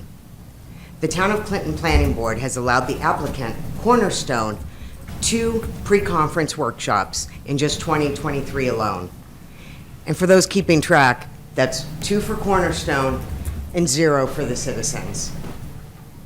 I don't like the math on that, and neither should anybody else. As taxpaying residents, we deserve the same equal opportunity that Cornerstone was granted. We are all astutely aware that nothing in the town code forbids that from taking place. And in fact, there's even precedent in the town code just for this type of situation. So let's refresh our memory real quick and go down memory lane. 2006, when the Clinton supervisor proposed making Silver Lake public, a committee was formed with the members of the public, members of the board, and members of the Conservatory Advisory Committee to consider the data points that the public was raising. Namely, the effect that this proposal would have on the lake, the residents, and the town's liability. This subcommittee was able to provide scientific evidence that directly impacted the board's decision to not make Silver Lake public. We are asking for this workshop because the community deserves and is warranted a dialogue with this board. Your responsibility is to serve the public's interest first and foremost. Right now, there is no conversation. The only option given to the residents is to share their feelings at events like this or to send in letters that nobody reads and nobody answers. So, I don't know, check your mail a little more often. Cornerstone's ask of this board and its residents are complex. They have long-term implications for the health and practices of this town. Depriving residents and other members of the public the exact same opportunity that the applicant had only fosters resentment, suspicion, and a lack of trust in all of you. We have a number of legitimate concerns, an interest in a positive outcome. We can be a part of finding a path, but we must be given an equal voice. So in conclusion, we ask that this request is granted in a timely manner, and should you not grant our request, at least have the moral backbone to say why. As a side note, if someone in here would like to please remind Mr. Whitten that a good portion of this room pays his salary, that would be great. Thank you. While you're up there, can I just ask you something? How would a public workshop differ from what we're doing right now? I'm just curious. Well, we are only allowed to speak. There's no dialogue back and forth. There's nobody presenting a question. Let's say water's been a big topic this evening, right? So I don't see an EIR report. Like someone needs to come in and say, okay, we've tested this water, it's safe, this is how many gallons are going through our system, this is what's gonna work. Then I can say, well, whatever I wanna say next. There has to be a back and forth. This is simply a forum to let people just express their grievances. You know, you've got a bunch of lawyers sitting here. There's nobody representing the people except for the people ourselves. So it's not balanced, it's not fair, and it's simply not how it's done. How is it? I'm sorry. Multiple towns where we have round tables, where we have kitchen table forums. These things work when everybody comes together and there's a fair playing field.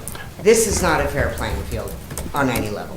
Okay, and just the other thing is, where in the town code, I just want to review the town code revision you referenced. I'm sorry, what? You said there's a town code provision that provides for public workshops before the planning board, right? Didn't you say that? The exact number, if you're asking. Can you just submit it, can you give it to Arlene when you have it? I'd really like to read that. I'll look that up. Yeah. I mean, I wouldn't be in a fact. And do you have any questions for us? Because I didn't hear you ask any questions of us. Yes. Okay. This, the question is that. Go ahead. The public would like to have the opportunity to have a forum so that people can ask their questions, so that they can get answered, so nobody's, that there's no gaslighting going on, and that the truth is being told, and that the people have the ability to be represented by people that can fairly represent them. And if you deny that, that's not a good look. Because what you're doing is I'm you're not saying giving that. Cornerstone the upper hand. You've given them 2 meetings of their own. They've come in here with a swarm of lawyers. I mean, who are you representing? Every town I've ever lived in, the planning board should be representing their residents. Representing corporate America so that they can make millions? What good is that doing you? Who's getting the kickback? What is that about? Okay, thank you. Next speaker, please. Go ahead. Wow. Good evening, and thank you so much for the opportunity to speak. My name is Stephanie Campbell, and I'm the Senior Vice President of Kent Strategic Advisors, which is a national consulting firm dedicated to improving the lives of individuals and families impacted by addiction. But more importantly, I'm a person in sustained recovery from addiction. And what that means for me is that in 1989, when I was a homeless, addicted teen, people in recovery and incredibly caring and committed clinicians gave me the support that I needed to enter recovery. And this led to a full scholarship to Bard College, and thank God for Cornerstone, because Bard College didn't provide me the support and the care and the counseling that I needed to be able to successfully complete. I was able to come to Cornerstone when it was called the Rhinebeck Lodge, and was able to get help from the kind and caring clinicians there. And I went on to complete Bard College. I got a graduate degree from Columbia University and New York University, of which I'm an adjunct professor there today. And an extraordinary life as a mother, a partner, a public health advocate, a homeowner, among other wonderful accomplishments.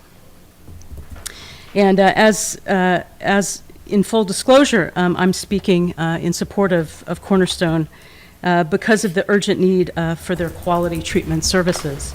But also, prior to my current role, I served as the director of the New York State Behavioral Health Ombudsman Office at the New York State Office of Addiction Services and Supports, OASS. And I ran the first in the nation statewide behavioral health office designed to help people access addiction and mental health care. And I just want to pause for a moment to express my gratitude to the gentleman who is out working in the mobile unit, bringing people off of death's door into this incredible treatment program, because he's absolutely correct. The numbers are astounding.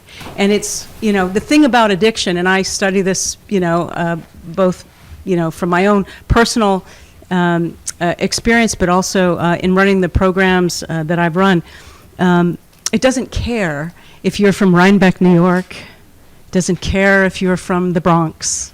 It doesn't care if you have money or you don't. It is a rapacious creditor. It takes what it wants.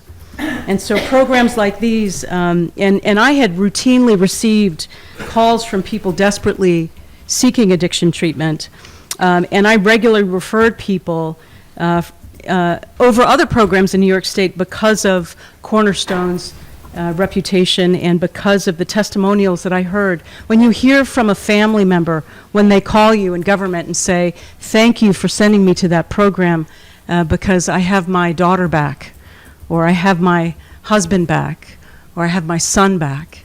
That's an extraordinary experience as a person in government to have that.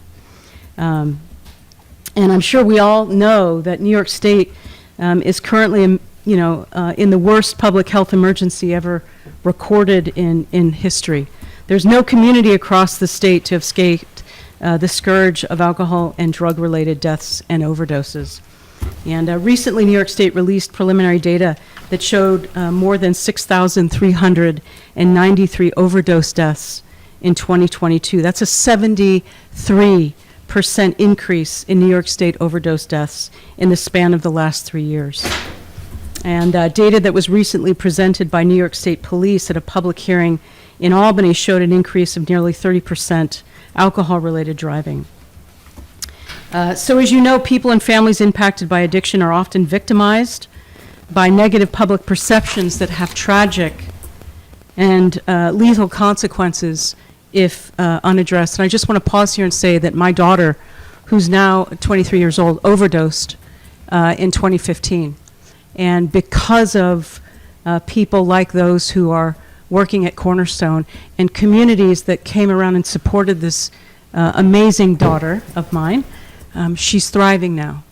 So, I love what was said by, like with other chronic conditions, with other health conditions, if we give people the opportunity to heal and we don't demonize them, they can go on to live amazing lives. And so this program, I hope, will be supported and maintained, not restricted or closed, so that vulnerable individuals like my daughter, and I'm sure many of you in here know of loved ones, will have the opportunity to find hope and healing. And I was once one of those hopeless and helpless people that were desperate for help. And today I have a life second to none. So I hope the town of Clinton takes the opportunity to demonstrate its support for its citizen, as well as Cornerstone, and remain the community model of care that it has long been. Thank you so much for your time. Thank you very much. Community member? Yep.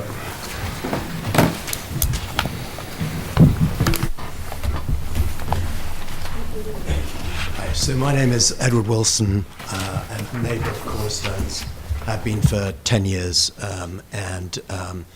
I've been at a number of these meetings in various different venues that this issue was debated, and it seems to me that we go over a lot of the same stuff. A lot of the advocacy for Cornerstone's mission, which no one here believes is a bad mission, really centers around the scale of the issue at a macro level, like in the country, the people, individual stories, which are all very powerful, which obviously we all respond to emotionally and we feel are compelling. And then it's always a very emotionally difficult thing to say no to someone who needs help.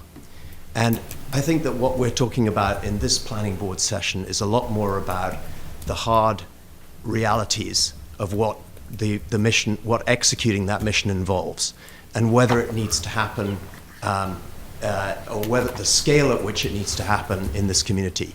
So I guess I just remind you of a number of things, because it seems like since we're going over old stuff, we may as well reiterate a number of things that have happened historically. So Cornerstone, first of all, the zoning code doesn't permit the use which Cornerstone now seeks to get approval for. Cornerstone have disregarded notices of violation for many years. They have expanded their population significantly, and in contravention of the pre-existing non-conforming use which they enjoyed under the grandfathering. And it's a business, by the way. It's a business that they're running here. Of course, they do good work with their patients, but they're running a business. And you heard about the high price that was just paid for the business. There's a reason why that money is being invested. The permit that they're seeking is retroactive, which, as Art said, sets a very dangerous precedent, I feel, for all the work of the planning board, and is certainly a violation of the town's zoning code. And it therefore seems highly irregular that the town would entertain that application. The other thing which you will hear from a number of people is, we've talked about the benefits of treating these patients, but obviously the operations place a significant burden on the town and its resources, sheriff, ambulances, fire department, traffic, garbage on Mile and Hollow Road, and so on. So there's a significant burden, and that's not even to speak of the water, which I think is a big issue. Now, the approach that has been taken by Cornerstone to persuade us of the benefits of ignoring their violations and giving them retroactive approval has generally been to deny that what they have done has actually happened, to browbeat the community into accepting their operations here, and even to sue the town into submission and into changing the law. And as you know, there's that's under review. But it seems to me that all of the powerful arguments that we hear from supporters of Cornerstone, who are mostly their employees, and we've heard from them many times. Those arguments repeat the same stories, which are, this is work that needs to be done, and these people need to be helped. No one disputes that. We're talking about, is it 66 beds that this environment can support? Is it 66? Is it 68 beds that this environment could support? Is it 99? Is it 199? That's what you as the planning board have to consider. Thank you. Thank you very much. Do you mind? Are there solutions here that you can think of that? I mean, you're someone who's been in the community for a while. I mean, are there things that? I mean, I think as we've said very consistently since the very beginning, there was an idea going around that the community was seeking to shut Cornerstone down. You have never heard that from any of the group that I'm close with. So I think it's a question of, like, what is the size? Now, it seems to me, just as someone who believes in, like, zoning laws and having a good social contract, that whatever they were grandfathered in at, and the usage and the turnover and all of that, it comes down to things like that. That seems to me to be where you should go back to. But I'm a conservative person, so I would say let's go back to wherever we were at. You will also hear from people. Actually, the nature of the treatments has expanded. The types of treatments that are being done are potentially much more injurious to the environment, and I think there's a lot to be said for that. But I would suggest that Art said let's be thoughtful about this. I think he's right, and I think we do need to consider a lot of quite involved and complex issues, which aren't about emotions and saying no to somebody, helping somebody. It's about saying, how do you get to yes for a manageable population? Well said. Thank you. I mean, if you have other thoughts and you want to submit them, obviously you'll have an opportunity to do that. But that's helpful. Great. Thank you. Thank you.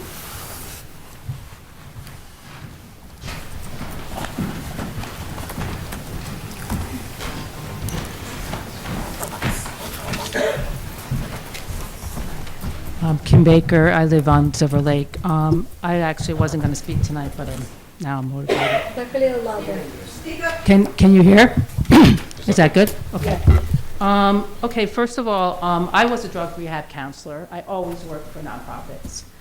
This is a for-profit organization, that needs to be clear, which, to me is, I would rather it be a nonprofit. It's not, it's okay. The lake is comprised of so many people that live on Silver Lake, and many of them are teachers, many of them were social workers, many of them were drug rehab counselors. It's a pretty modest little community, and we are working really hard to take care of the lake. The lake is very sick, and I would like to see a proposal that you come and take a ride on that lake in a canoe and see it in the middle of the summer. We are spending thousands of dollars independently, all of us, each person, when I look out here, to try to clean that lake. In the last 10 years, the invasive species and the algae has increased, and we can't keep up with it. We don't know where it's coming from. I don't know if the 99 beds have affected it, stuff coming down the hill, but something's affecting the lake, and we are just trying to keep up with trying to keep it clear so people can use it. It is not well. And I would like to see some studies done on that. What's causing it? Is Cornerstone involved in it? Is it everybody else's septics? Everybody's together? I'm not really sure, but there's definitely something going on. I'm concerned about the corner of Mylan Hill and Bull's Head. There are constantly cars hanging out there. People do walk down for Cornerstone. I see cars there that are there for 10 hours straight. People sitting in the cars. I pulled over. There's paraphernalia along the road. I'd like to see a police presence. I'd like people to ask somebody, why are you sitting here all day smoking in your car? What's going on here? At first, I thought for years that maybe the people weren't allowed to smoke at the program, so maybe they came down and were standing at the corner, but they're there all day. And it's not just like a couple cars. People come, they go. I don't know what's going on, but something's going on that doesn't look and doesn't feel good to me. And when I do pull over, there's all kinds of stuff, like bad stuff. And there's kids in the community. I don't know if the kids are going there to get stuff. I don't know what's going on, but I would like people to look into that if you want like concrete stuff. How many residents in Dutchess County are, going to this facility? Are most of the people coming from New York? Are they serving our community, meaning Dutchess County, Ulster County, Columbia County? What are the numbers on that? I'm trying to be concrete here because we can sit around and talk about sad stories and whether it's a good facility, not a good facility. Every facility has its problems.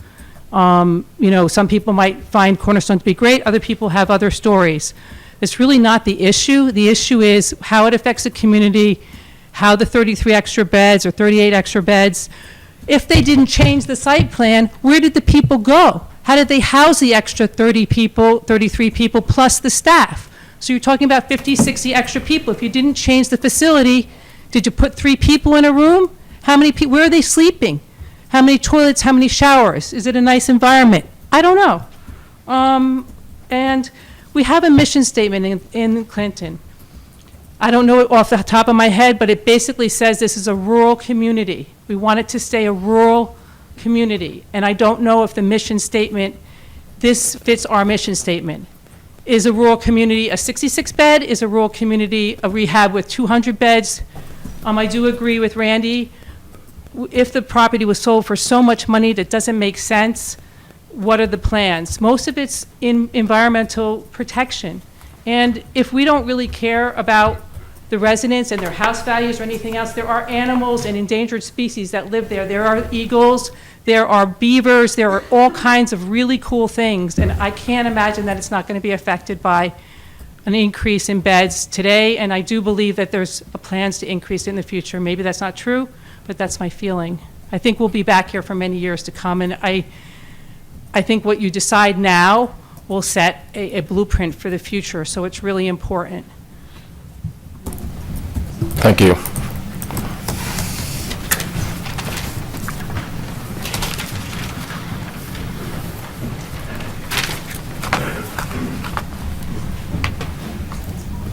Hi. My name is Brad Cole, and I've lived down Silver Lake for the past 5 years.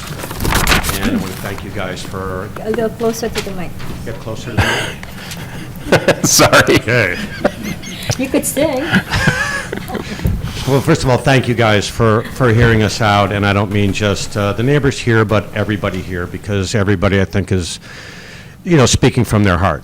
I have never worked in a rehab facility, but I've had friends and relatives saved through rehab facilities. So I don't want to charge anybody here or get any more charge or anything like that.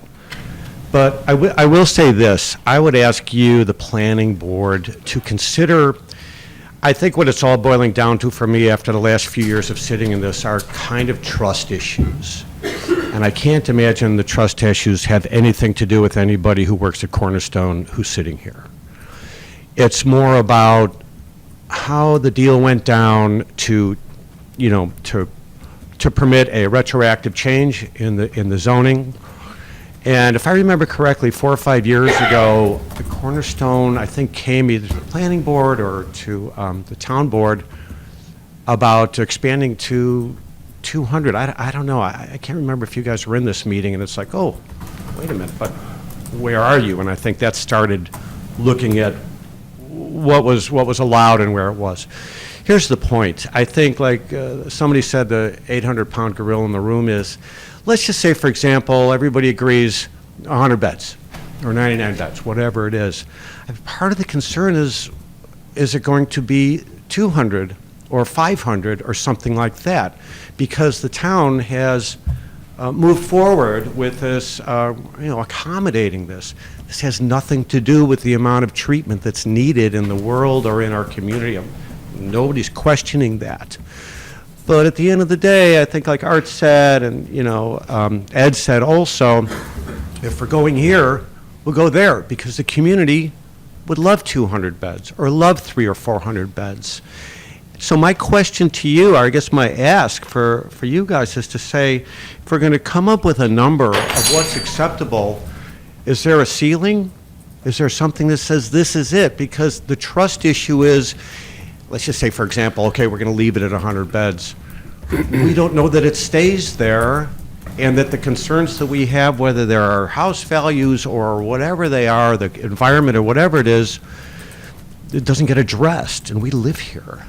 So that would be my ask for the boards going forward, to say, if you're coming up with a number or something, if we get to that where we can all agree on this, is there some kind of stop in place that says this is it, because the environment can't handle it, and the neighbors are not just greedy people who don't give a shit, they care, trust me.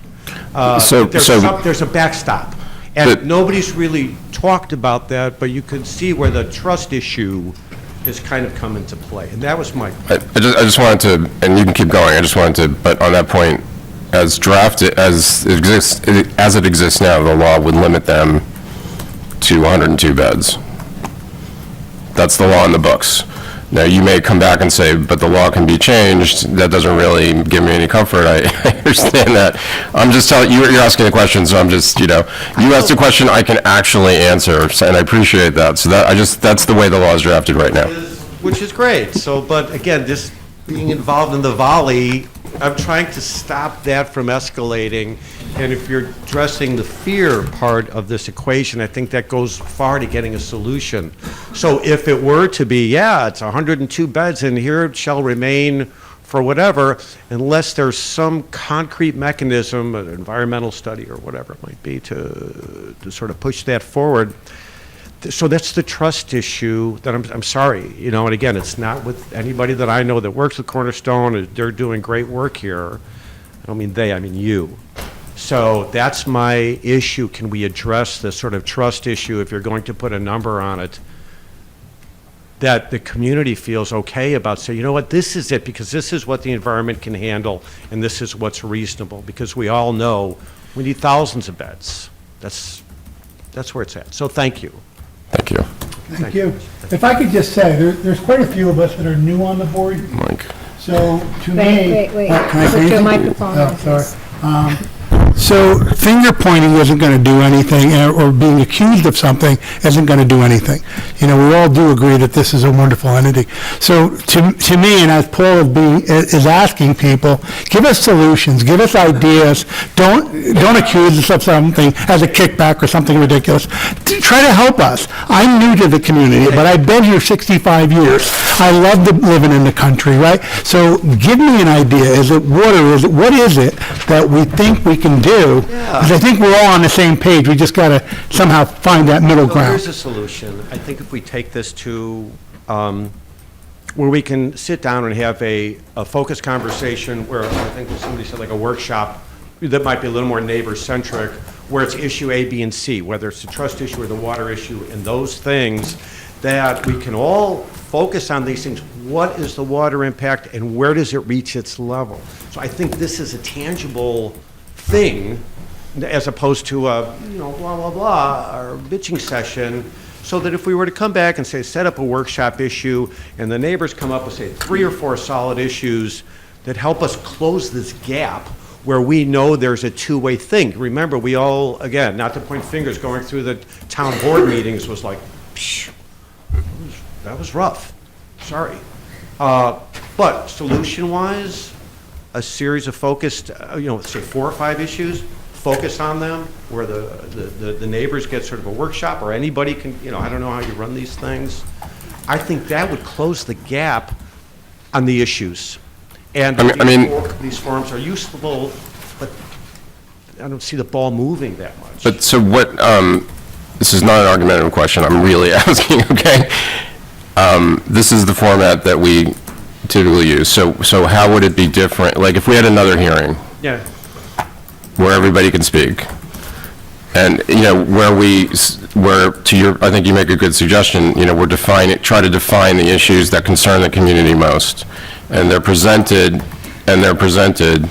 Let's just say, for example, how would it be different from, is it we're sitting around a table, is it, There was a workshop, the two workshops. you can't speak, no, you gotta come up and, But we yeah. haven't had any workshops. Okay, all right. all right, so. Don't be annoyed. I'm trying to come to a solution and I'm getting yelled at. That's the problem. I'm just trying to. You just interrupted the gentleman. He's trying to speak. You could interrupt any time. See that? You don't introduce your wife. I'll take one for the team when I get home. I'll be like getting slapped around, but I think that released the tension, and I want to say thank you to both of you for that. It released the tension, so I appreciate that. I'll get slapped around on the way home. What did you get for? No. Let's just say it's a round table. Let's just, for example, you invite the town to say, what are your issues? Let's focus them down like this. And maybe there's a budget, but there's a time for research to sort of go one issue at a time to sort of get at these things. Whether it's the water thing or the density thing, those would be my particular issues. I think there's a trust issue that should be on board. And the other thing that maybe is another way to deal with the sort of trust part of the equation has nothing to do with Cornerstone, but it's for developers who come in and want their way here. This is another thing that has nothing to really, in my opinion, has nothing to do with Cornerstone. It's what the residents worry about. Okay, so this group is expanding, then hey, maybe these group are going to expand, and that's like Kimba said, that's not really our town. We realize the world moves, we're not Luddites, so that would be my proposal, to sit down and have a two-way, and I don't care who comes to the meetings, but I know our little group of neighbors would like to have a two-way and agree on an agenda of things that we would need to research to come to some trust or resolution on to move the ball forward.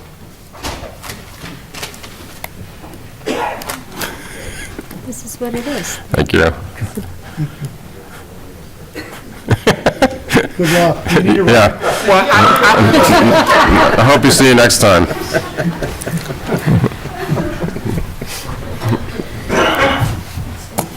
Hi, good evening. My name's Teresa Manchik, and I'm an employee at Cornerstone. I've only been there for a few months. I wanted to speak earlier, but I've felt that there's a lot of people who have spoken on behalf of Cornerstone in a way that I couldn't. But I just feel like there's so much fear-mongering going on. This is not about 200 people. This is about keeping the beds at 99 people. What was paid for the business is irrelevant. This is not about 200 people.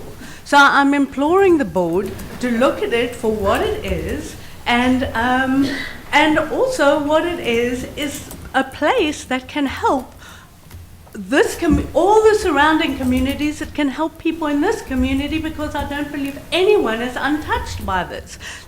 It does not matter gender or race or class, it affects everyone.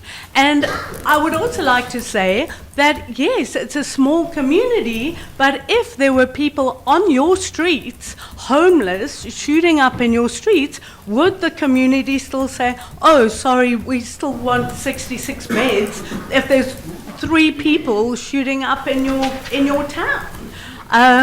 So the work that we're doing, I mean, I've seen people like coming back to life, and I don't know what else to say. All I can say is that I've had a second chance in life, And I really think it's very important to provide everyone else with a second chance as well. Thank you. Thank you.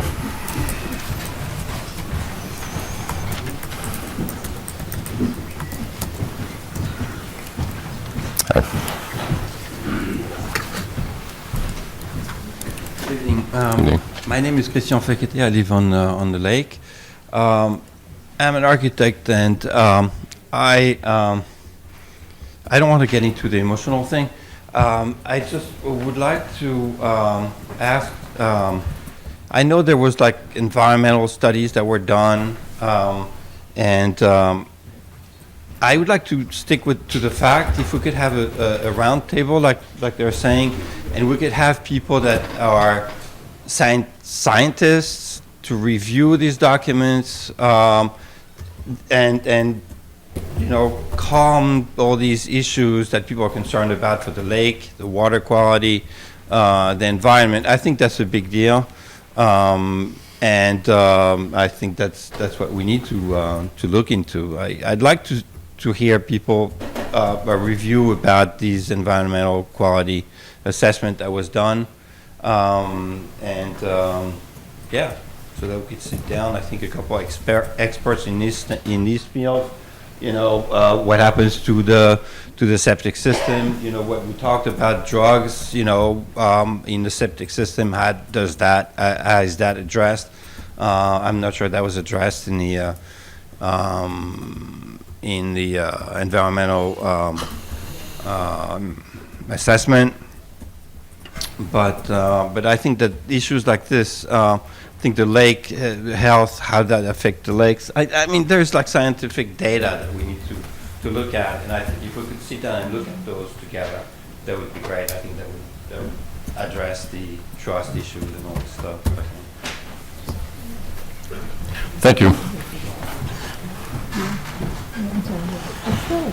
It's on right? No, later, I don't know.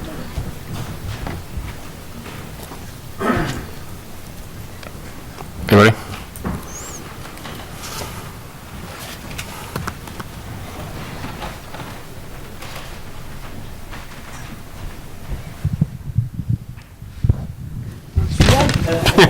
Sorry.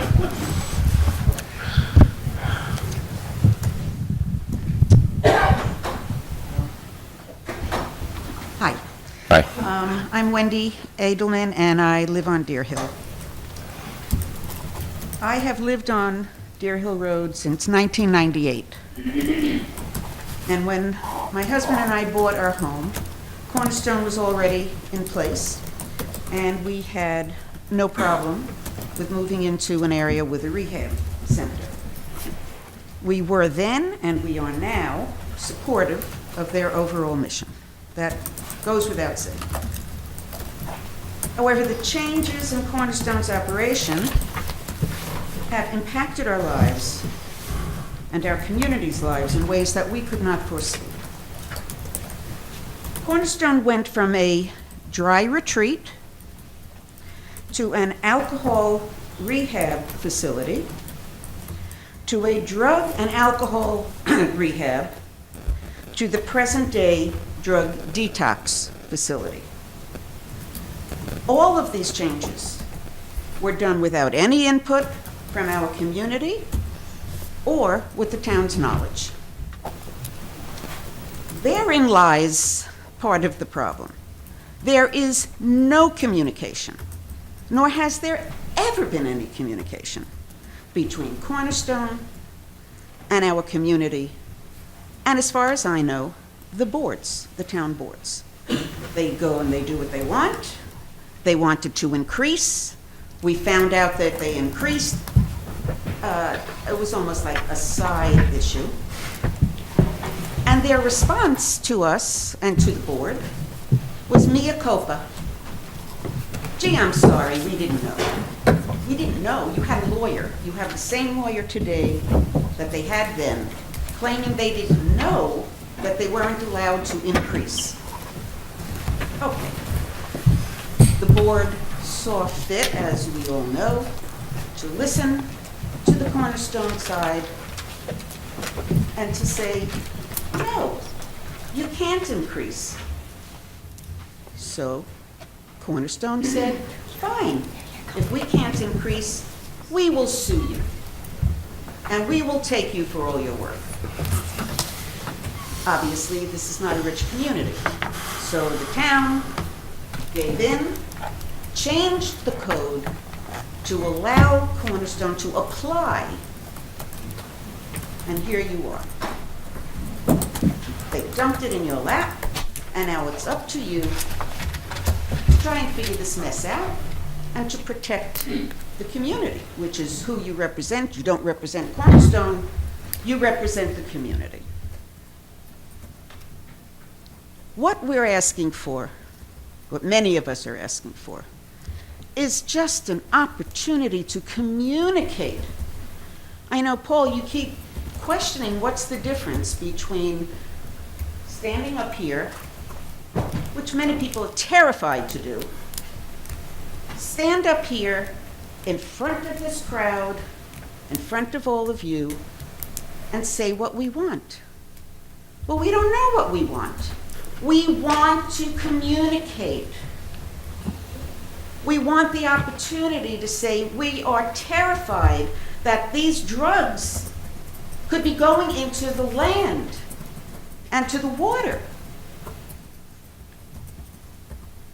As Aaron said, I think it was Aaron, we spoke to water quality testing companies who specifically test for opioids. Now, when Cornerstone says in their reports, oh, we test our water every month, but they don't test for opioids. Those are specific tests. They should be required to do that. I don't know if you do it on a monthly basis, on a bi-monthly, I don't know. I don't know the answers. But I want an opportunity to sit down with all of you and maybe representatives of Cornerstone. That would be ideal. And hash this out. Nobody is saying that we don't want to help these people. But is this little community, and I don't know the answer, but is this little community the place to house 99 patients? I don't know the answer. Can this community absorb that amount of drugs, which we have been told are going into the water and going into the septic and going into the leach field, and we're sitting on an aquifer? So not only are we have the potential of poisoning ourselves, we could be poisoning everybody downstream. But we don't know unless we can sit down as a group, ask these questions, and get some answers. So I ask you again, can we have whatever you want to call it? I don't know what we call it. We call it a workshop, we call it a meeting, we call it a I don't know, a square dance. But let's sit down and communicate with each other, because this is getting us nowhere. They're still in violation. They act as if I saw the picture. Oh, they're putting up a whole bunch of trees. Wonderful. When we asked them a year ago, 2 years ago, to put up some screening, crickets, nothing. You guys were nice enough to come and view the border, the northern border. There's no screening. They recently said in another report, we'll just add a couple of trees because we have existing trees there already providing screening. Come on. That's something else that needs to be discussed. I don't necessarily trust them to put in the trees that will accommodate the difference in elevation. Our community is much higher up, if you recall. Right. From Cornerstone, we look down on it. So they're going to put up trees unless they put up a berm, and put trees on that to raise everything up. We're still going to see them. We're still going to be waving hello to their patients. The patients are still going to be waving hello to us. These are the kinds of things that we really need to sit down and discuss together. When I was asking about the workshop, I wasn't, they weren't loaded questions. I was really asking kind of what would work. You know, I'm just trying to envision kind of the format, who's there, how it's conducted. So that's why I was asking everybody, like, what, you know, how is that different from what we're doing here?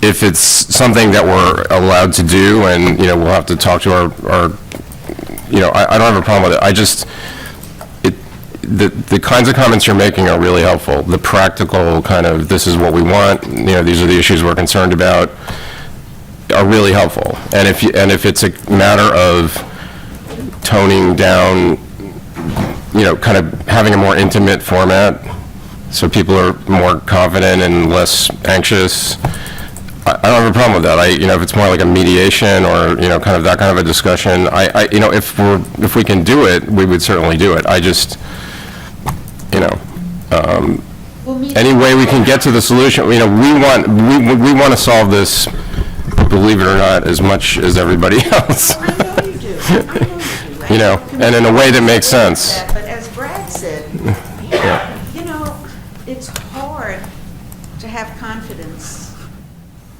when we were we felt we were sold out by the board when they caved in. We understood why. The other board. The town board. The town board, yes, not you, the town board. So really, why do we think that codes won't be changed again? That's what we're all searching for, is Paul was asking, are specifics. And as I'm listening to you, I'm trying to sort through that and some of the points that Brad made as well. And I'm just wondering, I'm just wondering aloud. Everybody's talking about water, and that is a specific issue, and that does concern us. And the report we just got from Russell Urban does not seem to me to address the problem of the aquifer. It just says water runs downhill, and therefore folks who live where you do will not have their wells affected, but it doesn't address the impact on the aquifer on Silver Lake or on Wapaches Creek, which are all downhill. But the other problem that I keep hearing, and I would love your reaction, is this trust issue. And that inherently is going to be an ongoing problem. And Are you speaking of trust between the community and the town board, or Well, community trust and Cornerstone? between the community and Cornerstone, because that's the issue that's before us. You don't want to trust town boards. We have elections for that. Good elections sometimes. My wife just got elected. We can talk about conditions on any increase that we impose. One of those conditions, and I have not discussed this with anybody, could be to require regular meetings between the community and Cornerstone to discuss specifics of problems that inevitably are going to continue to arise. Maybe you have planning board or other town folks sit in on those. I don't know if there's an oversight we can do that's to talk to the lawyer about, but it does seem to me that talking often is helpful, and from comments we received in writing and tonight and previous hearings, there doesn't seem to have been a whole lot of talking that's gone on. Totally agree with you, Jack. And we, over the years, because this is not an issue that has just come up, this has been going on for several years. And some of us within the community, we had formed, it all started many years ago when Cornerstone put out a proposal that I think Brad was referring to it. They were going to increase to 200 patients, and they were building all sorts of things, and we had architectural plans. It was like, and when we got it, the community got a hold of it, we literally were freaked out. And then all of a sudden, we formed a little committee and we went to the town and we voiced our opposition to this. And that's when this whole thing really started. And that's when we started to try to communicate with Cornerstone. I'm not putting all the blame on Cornerstone, but it hasn't been easy to communicate because we would reach out, somebody would reach back and talk to us. But nothing ever that they told us seemed to pan out. Wendy, can I join you? Yes. Yes. We can have our meeting right now. There you go. We're having a workshop. The past is important, but again, who is Cornerstone? Who do we sit down and talk to? Who do we work things out with? The guy that just paid $33 million for something who's completely invisible? Who will do something very different? Cornerstone isn't going to be Cornerstone. Who do we talk to? Who do we... Cornerstone isn't Cornerstone. Who is it? That's, I think, a really important thing going forward, regardless of the past. May I answer that question? You got to go to the mic, but sure. We're getting very workshopy right now. Going in circles, but I have an answer to your question. Give me your name again, Jen. Jennifer Schofield. You're asking who to talk to, and I'm trying to raise my hand and say, me. I'm the one to talk to. Who's your boss? My name- boss? All right, just Hey, come on. No, come on. Hey. No, this is not the way we're going to do this. And also, I just wanted to say, Wendy, I did email you and say, do you want to meet for coffee? And you said, well, wait till it's over. So I'm just telling you Okay. one person. That's what I'm saying. So, I just... There are so many issues that we would like to sit down and talk. The noise, the pollution, the safety. I mean, there are several issues ongoing. Right, that's... So, I would like nothing more.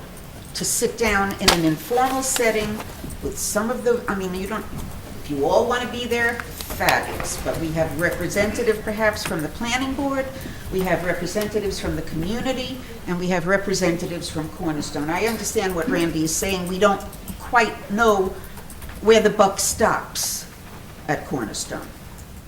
But for argument's sake, we could sit down and try to hash this out. You know, it's been presented. It's all black or white. We either let them do whatever they want, have as many patients as they want, have no restrictions, or we're the devil. We don't want to help people. We're heartless. And it's been said over and over and over again. Personally, I'm not heartless. But I also don't want to be stepped on, and I don't think I should necessarily have to absorb in my little community where 11 homes on my side of the lake. Should we, in reality, have to absorb, maybe, if we had the facts, which we don't, because nobody gives us the facts, because they don't do the research. They meaning Cornerstone. The onus should not be on us. They're the ones who want to increase, so they should be the ones to go to the expense of hiring somebody to do this research. Present the facts. And let's sit down and look at the facts and come up with a solution.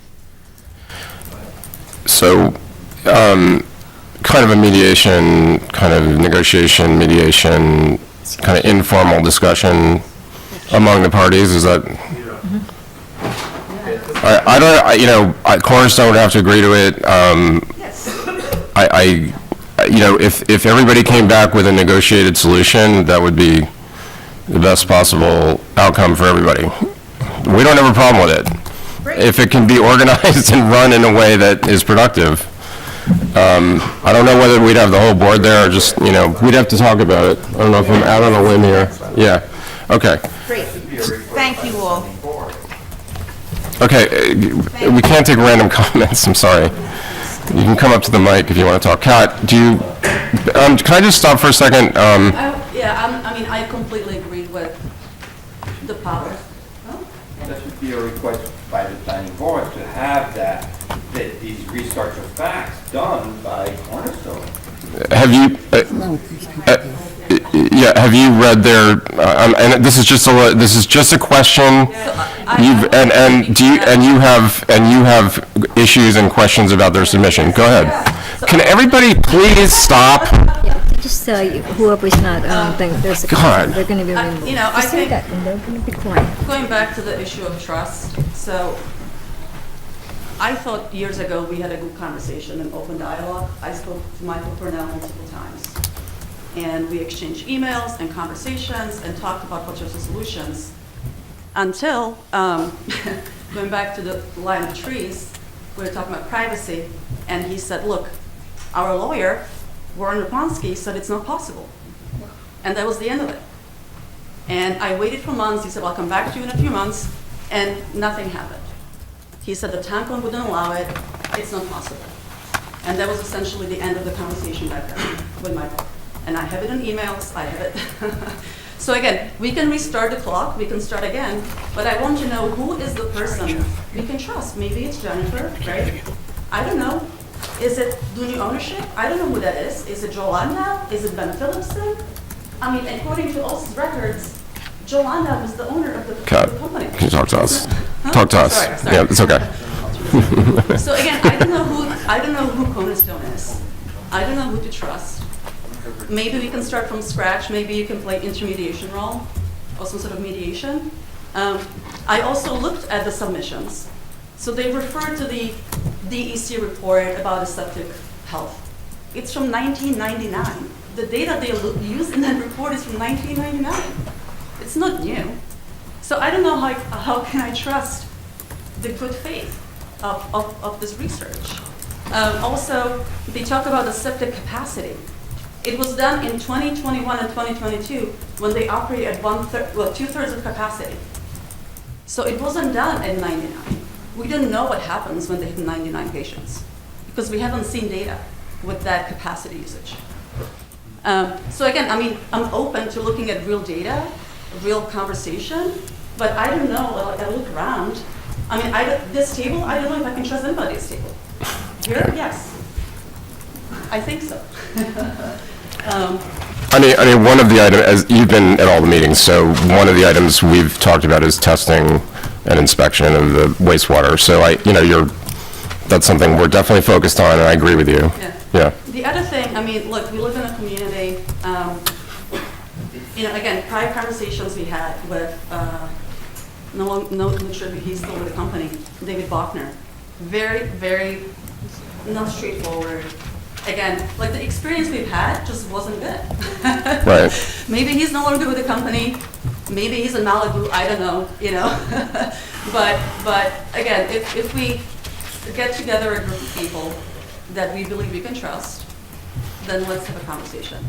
I personally want to know more about the safety procedures. We have small kids.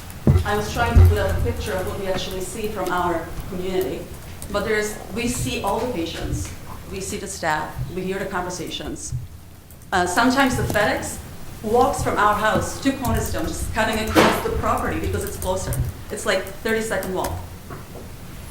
Like literally the delivery guys don't even bother to go down to Mountain Hollow and come back. They just walk across the land because it's so close. Okay. And we have kids we see things that happen in Mountain Hollow. I want to know about procedures of safety, cleanup. I asked, maybe 3 years ago, I asked David Bachner about patients who are sex offenders. That used to, back in 2010, 2011, when we first moved there, we didn't see any end reports. Today, as of today, based on the registry data, there's 4 in the residence at Cornerstone. And I just want to know, I have 2 small kids. They get off the bus on Milan Hollow, walk up the hill. Sometimes the patients leave and just wander around Milan Hollow. I want to know when, I just want to feel safe. And if somebody is a sex offender and they get released into the community, I just want to know that. I mean, they of course deserve a treatment. I'm not saying don't admit them, but at least let us know. Don't pretend like it doesn't happen. You know, and there's many other, I mean, I sent you my notes. You have my notes. And I think I was being quite constructive. Very. The other concern I have, of course, is a precedent for the town. You know, 99 patients and 50 employees. The density, that's like five people per acre. I mean, that's fine, you know, maybe that's fine. But we have other projects in town that have 200 acres. Are we saying that that project would have 1,000 clients? Maybe that's right. But this is gonna set the floor for any future development. So I think that's just something to consider. Is this the right use? Is this the right density for this particular district? Can I ask you a question? The topic of trust is being addressed a lot, and it's funny, but I was just at a conference yesterday, and this world-renowned speaker, that's what he spoke of, was trust. We hear one concern from the public, and then we hear other reports on security and things from Cornerstone. So I'm wondering, who do we trust with data? Do we need to satisfy all of us? Do we need an independent person? Because I believe these people here have documentation on water, there's security people in the audience. I'm wondering, who do we listen to that makes us all happy? They get paid by Cornerstone, right? Yes, they do, and that's what there is exactly the point. Right. Some of them for 20 plus years now. So, you know, I think there is a need for independent research. Somebody that you pick, potentially, right? I think security, I mean, there's some common sense. Again, patients come and go. Sometimes they leave. You can't hold them back if they decide to leave, is my understanding. Sometimes they wait for the ride on the side of Mile and Hill. It's fine, but like, we just want to make sure that we're aware of what the procedure is. Is Randy still here? Yes. Do you mind if I mention a very anecdote? So when Randy's ex-husband, now late ex-husband, Barry, was at Cornerstone, she was concerned because she lives like 2 minutes, she was like, he can come home, he's, you know, and they told her, what was it I tell you? Don't worry, we count them once an hour. We do a head count. them regularly. Yeah. And I also had two. Right, it's not a discussion about. Nobody can hear you if you're, how many times am I gonna say this? The point is, we're not gonna resolve it here, but the answers we're getting. Just to do, I also had, according to the security, I've had two separate guys run past my house on the second to the last house, into the woods. These poor people, they're looking for cigarettes, I don't know, they're looking to get away, they have no idea where they are, and they're running past my house. I called both times, they said they would send somebody, no one ever came, and no one ever addressed whether it was, they belonged to them or not. I'm not afraid, although I would be if I had small children, but I am concerned because it's impossible to secure a site unless you lock it down, and no one should be locked down. Right. So if you have 60 people, it's easier to keep track than if you have 90. Sorry. Thank you. Yeah. Again, I think we just need to do a little bit more of a back and forth, ask questions, you know, talk to people, maybe nominate a few people that we can trust and talk to. And take it from there. I also do think that, honestly, the ownership is an elephant in the room. And, you know, again, I'm sorry, but according to OSIS records, this gentleman is not the owner of Cornerstone. So, again, I don't know what to think. I don't know what to trust. But again, that's going to be one of the questions that I like to know. And then ultimately, I think that, you know, many facilities that exist in town or businesses that have special use permit, they don't get them granted forever. right? They get rented for a year or 2 or 3. Like Omega comes in every year or 2 years, I don't know how often to get it renewed. Short-term rentals come in. So I think some sort of maybe conditional approval, even, you know, and Renewal. ongoing renewal. Yeah. Permit would be, I think, you know, No, I agree. a good thing.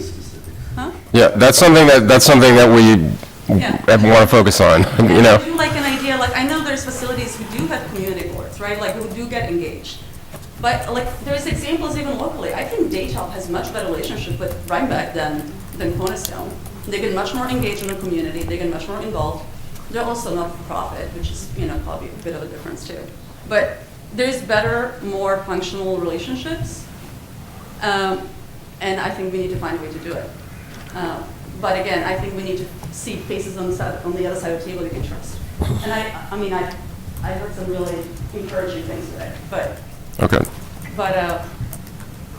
from this side. Okay. Thank you. All right, thanks, Kat. So, Brian, are you still here? Hi, sorry. Are you okay, or do you?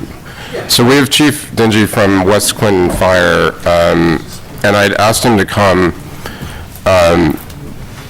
because the board and the board had, I think, some questions about EMS volumes and how Cornerstone, you know, uses EMS and the process and sort of your perception of all of that. And Jax, you've kind of had some questions about this in the past. Yeah. And maybe the way to start, Jack, I don't know, is maybe with an overview of how, you know, if Cornerstone has an emergency or, you know, situation, how that ends up on your plate, or whether it ends up on your plate, and then we'll talk about volumes. Explained that pretty thoroughly when he stood up earlier. Okay. That if NDP has no units available, then West Clinton is dispatched.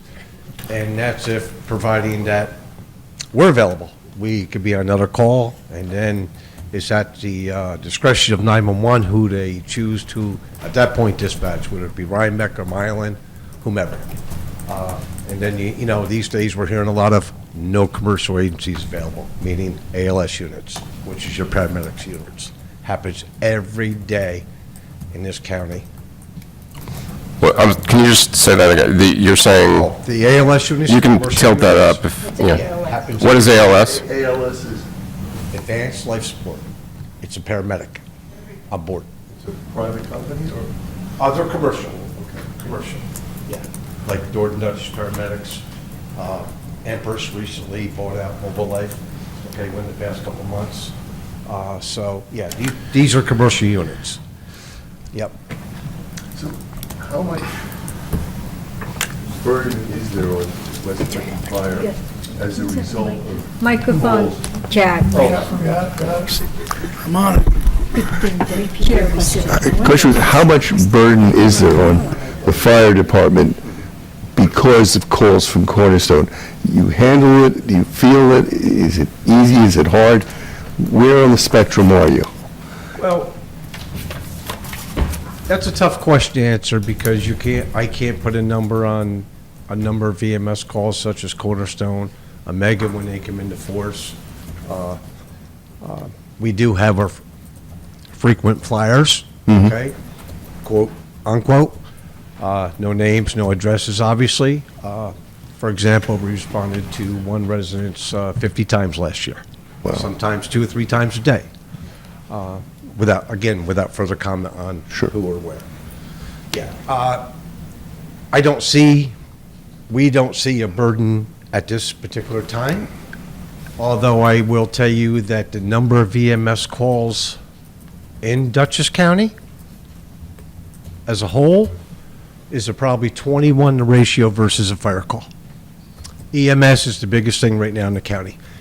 Every volunteer fire department north of Hyde Park or even to the south is, you know, who provides BLS units is, you know, being affected by this because the amount of time you put in as a volunteer EMT. As you know, we started a paid EMS service in, you know, 2017, okay? We try to run 2 EMTs Monday through Friday, 7A to 7P, and then we drop down to 1 EMT and go to a volunteer driver. So when a volunteer driver shows up and we're dispatched, we're out the door. Hasn't been working bad. Most of our EMTs do work for commercial agencies. So they're coming from one job to another, you know, and or vice versa. So, but last year, our total calls, I believe, I pass you quite a bit along the road. We had 424 total alarms last year. That's just in the West Clinton Fire District. This is not including East Clinton. Right. Okay. I think it was right around 160, 170 were total fire. And so there's, EMS is certainly outweighing, you know, the fire aspect in a great way. Do you know how many were Cornerstone? I can get the numbers. What were the numbers that you requested for the FOIL up to what date, Paul? We got through 22, I think. Yeah, I think it was 22. You got through 22? Yeah. Okay.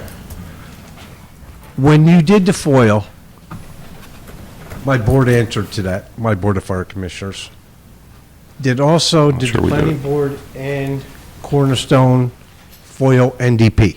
Yes, we Okay, got good. NDP I was numbers. going to say good, because you're not going to have, you know, that would certainly throw the number off if you didn't do their FOIL along with them. Yeah. But we're particularly concerned about the impact on you folks, because you're our fire I department. appreciate that, sir. Thank you. Yeah. But Just to recap though, so Cornerstone dials 911. It goes to NDP first. If they don't have a unit Available. then you're the backstop? Yeah, then we're dispatched. But what we hope for, if it's a priority 1, 2, 3, or 4, okay? The lower the number, the higher level of medical emergency. What we hope for, God forbid, if it is a priority 1 at Cornerstone or anywhere else in our fire district, which we protect, that we have an ALS unit available. And at times, this does not happen. At times, we will get a flag car. So you might ask, what's a flag car? A flag car is a solo paramedic driving an SUV Ford Explorer that comes to the scene. And if that flag car is not available and they have no commercial units available, then obviously we have, our EMTs have to do, our EMS service has to do what they gotta do, you know, to get that patient to whatever location. But as long as an ALS unit is requested, there might be times we might be dispatched for a priority 4, let's say. EMS may arrive, and all of a sudden this becomes a priority 1. And we're hoping that, hey, there is a commercial agency available. But we have transported on a number of occasions what should have been an ALS call, transporting BLS, basic life support. But as long as we're requesting that, and this is all recorded, we're doing our protocol. This happens every day, though, with commercial agencies. To everyone.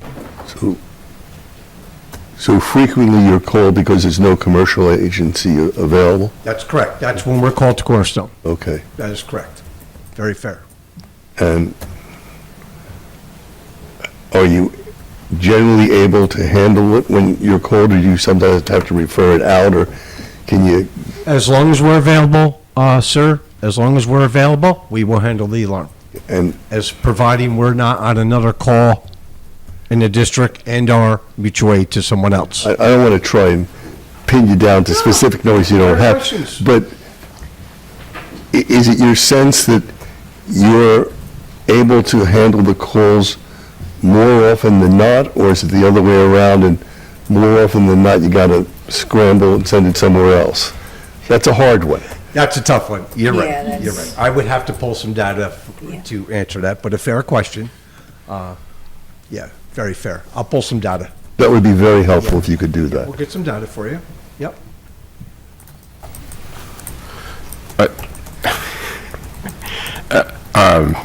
maybe we just need the data, but, I mean, have the number of calls, just by memory, have the number of calls from Cornerstone increased over time? And we understand the data is the last word. So I want to answer this question correctly. Yeah. So therefore, Paul, I did not come with any data tonight. But, you know, because I want to be fair across the board with this all, Sure. you know, and not give you a number when I might have been 100 or 200 off. So, but I will gather some data.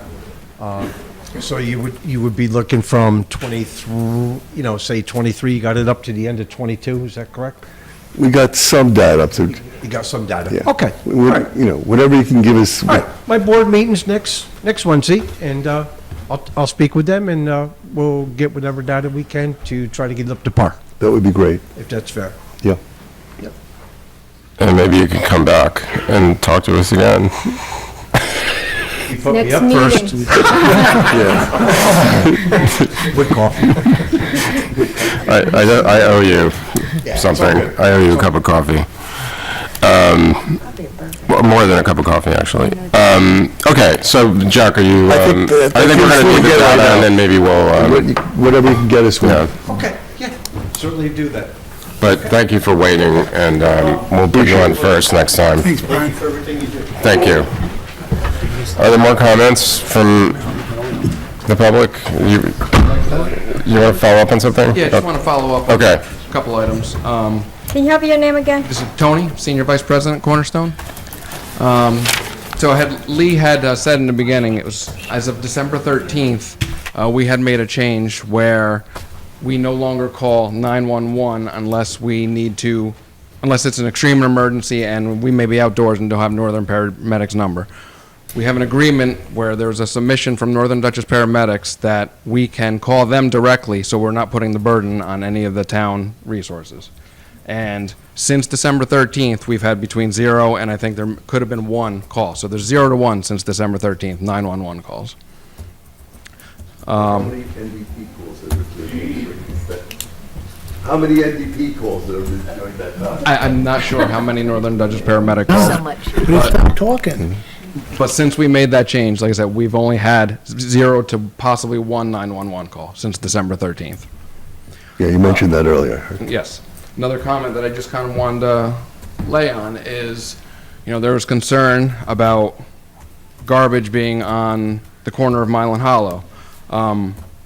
As trying to be the better neighbor, you know, I've instituted that we go down there once a week to do a cleanup, whether it's ours, whether it's somebody that drives by, or whether it's just somebody else is just dumping there.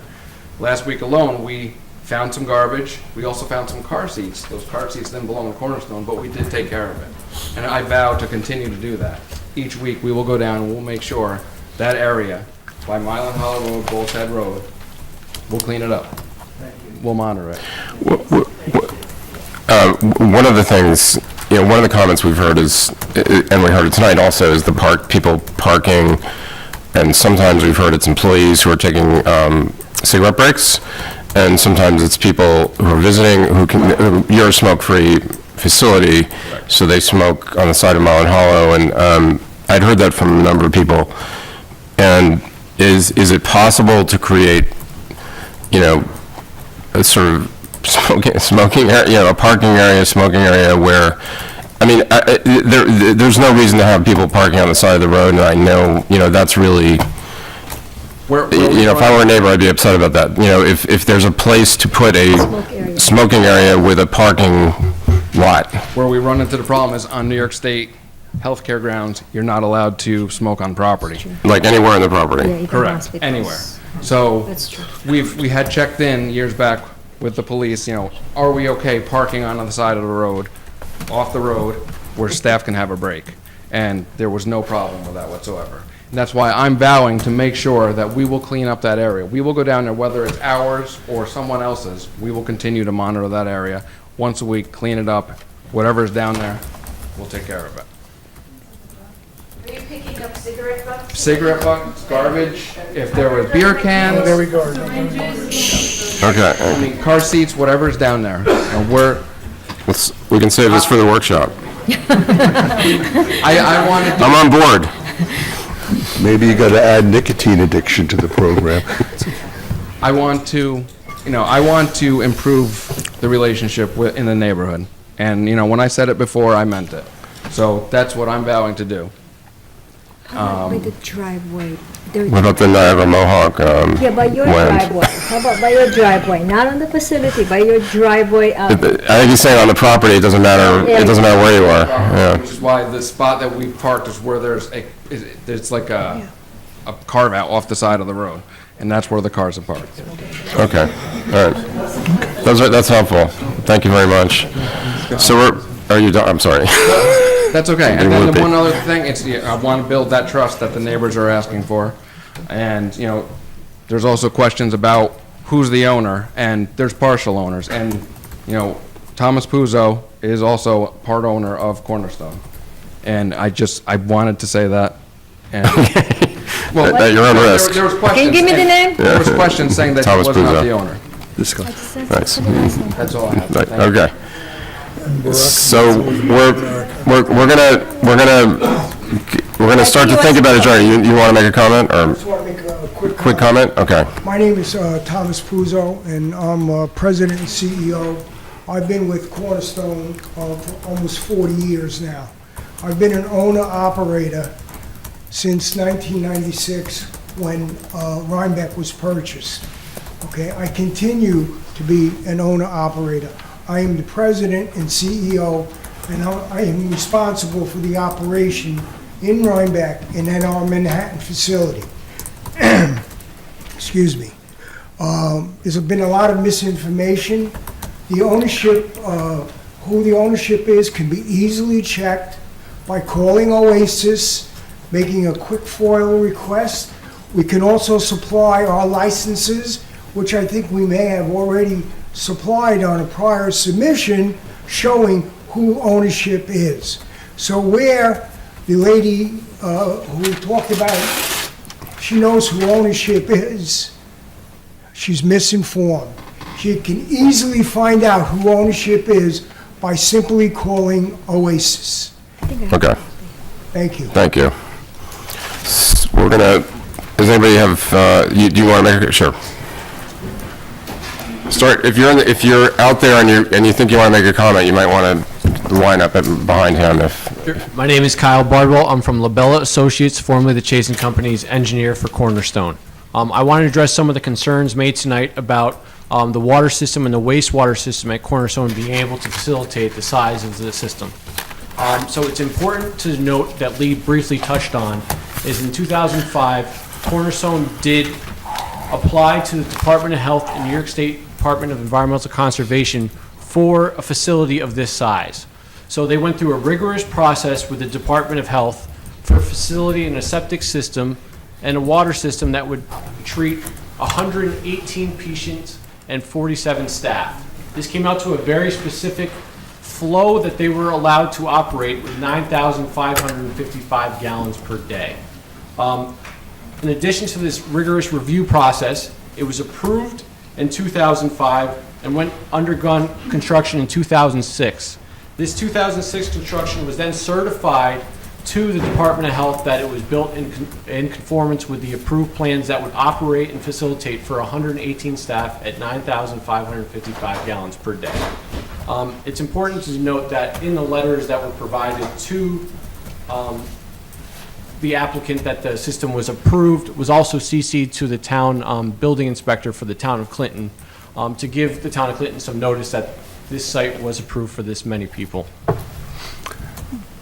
Another aspect that was brought up was the degradation of Silver Lake. It's important to note that the town of Clinton came up with a comprehensive plan in which they had experts come in and look at some of the reasoning behind the degradation of the lake. It was penned that the actual degradation of the lake is likely due to small lots that border Silver Lake with failing septics. So that's been a bigger issue as it relates to the degradation of the lake. So I just wanted to speak on the fact that, Cornerstone very much did have a review process for increasing to 99 beds as it relates to the water and wastewater, and got their approvals from the DEC and from the DOH accordingly, and have to respond to the parameters and requirements that the DEC and DOH request for this. Well, they monitor treatment, right? Do you monitor the wastewater as well? Okay, There's no requirement for testing of the wastewater, but it's important to note that there was definitely a proposition to the Department of Health and the DEC that this operation would be in use for this many people, and it's the DOH's. I understand, but that's monitoring the septic and the treatment. But there is, what we're hearing from the community, and I don't know if it's right or wrong, is that there are substances that may go into the wastewater, like fentanyl or methadone treated with bleach or what have you, and that those can be problems. I don't know if that's true or not, but it doesn't sound to me as though anybody is looking at that at this point. Is that right? There is no testing requirements for drugs as you mentioned. Do you agree that methadone with bleach can cause this, whatever it is, MDMA or whatever the name of it is?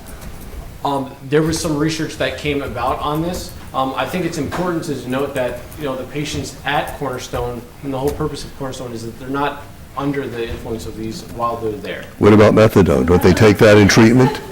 Stop. Related to fentanyl is specifically what I was referring to. Yeah, but I think what we had said last time is we're going to require testing. Yeah. For these substances, and the only issue is how is it done and who does it, and we're going to require that as part of a permit that's granted. So I just really wanted to stress the fact that the system that is in operation was subject to review and approval for the size that it is. Okay. Got it. Sorry, I just want to, I appreciate that there's no requirement potentially to test. Speak a little louder, Kat. Sorry. I don't know how many facilities like this sit on the most permeable part of primary aquifer with a private septic that is 20 years old, number one. Number two, I mean, some of these things are relatively new, right? We did not have a fentanyl epidemic 20 years ago. Cornerstone is a facility that provides methadone treatment, right? Am I right? Is methadone being used to treat patients at Cornerstone? It's not poured down the drain. Right. It doesn't matter. It goes. Okay. No.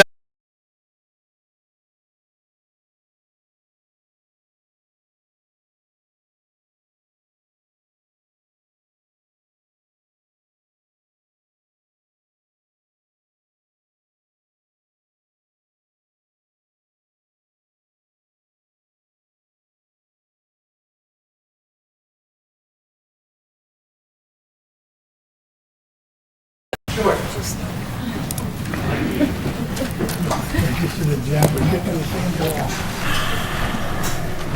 Hi. Bill Edelman, 25-year resident of Silver Lake. Do you know Wendy? Intimately. I just wanted to mention, and this is just kind of observational, I don't have numbers. It just felt to me when we moved in 1998, that at the 66-bed number, we seem to be able to get along and to live with the impact of it. And it feels like all of these issues, from the cigarette butts to the water to the EMT, all of it is just a direct ratio of the beds. It's just clear. And all this rhetoric, it's just about how many people.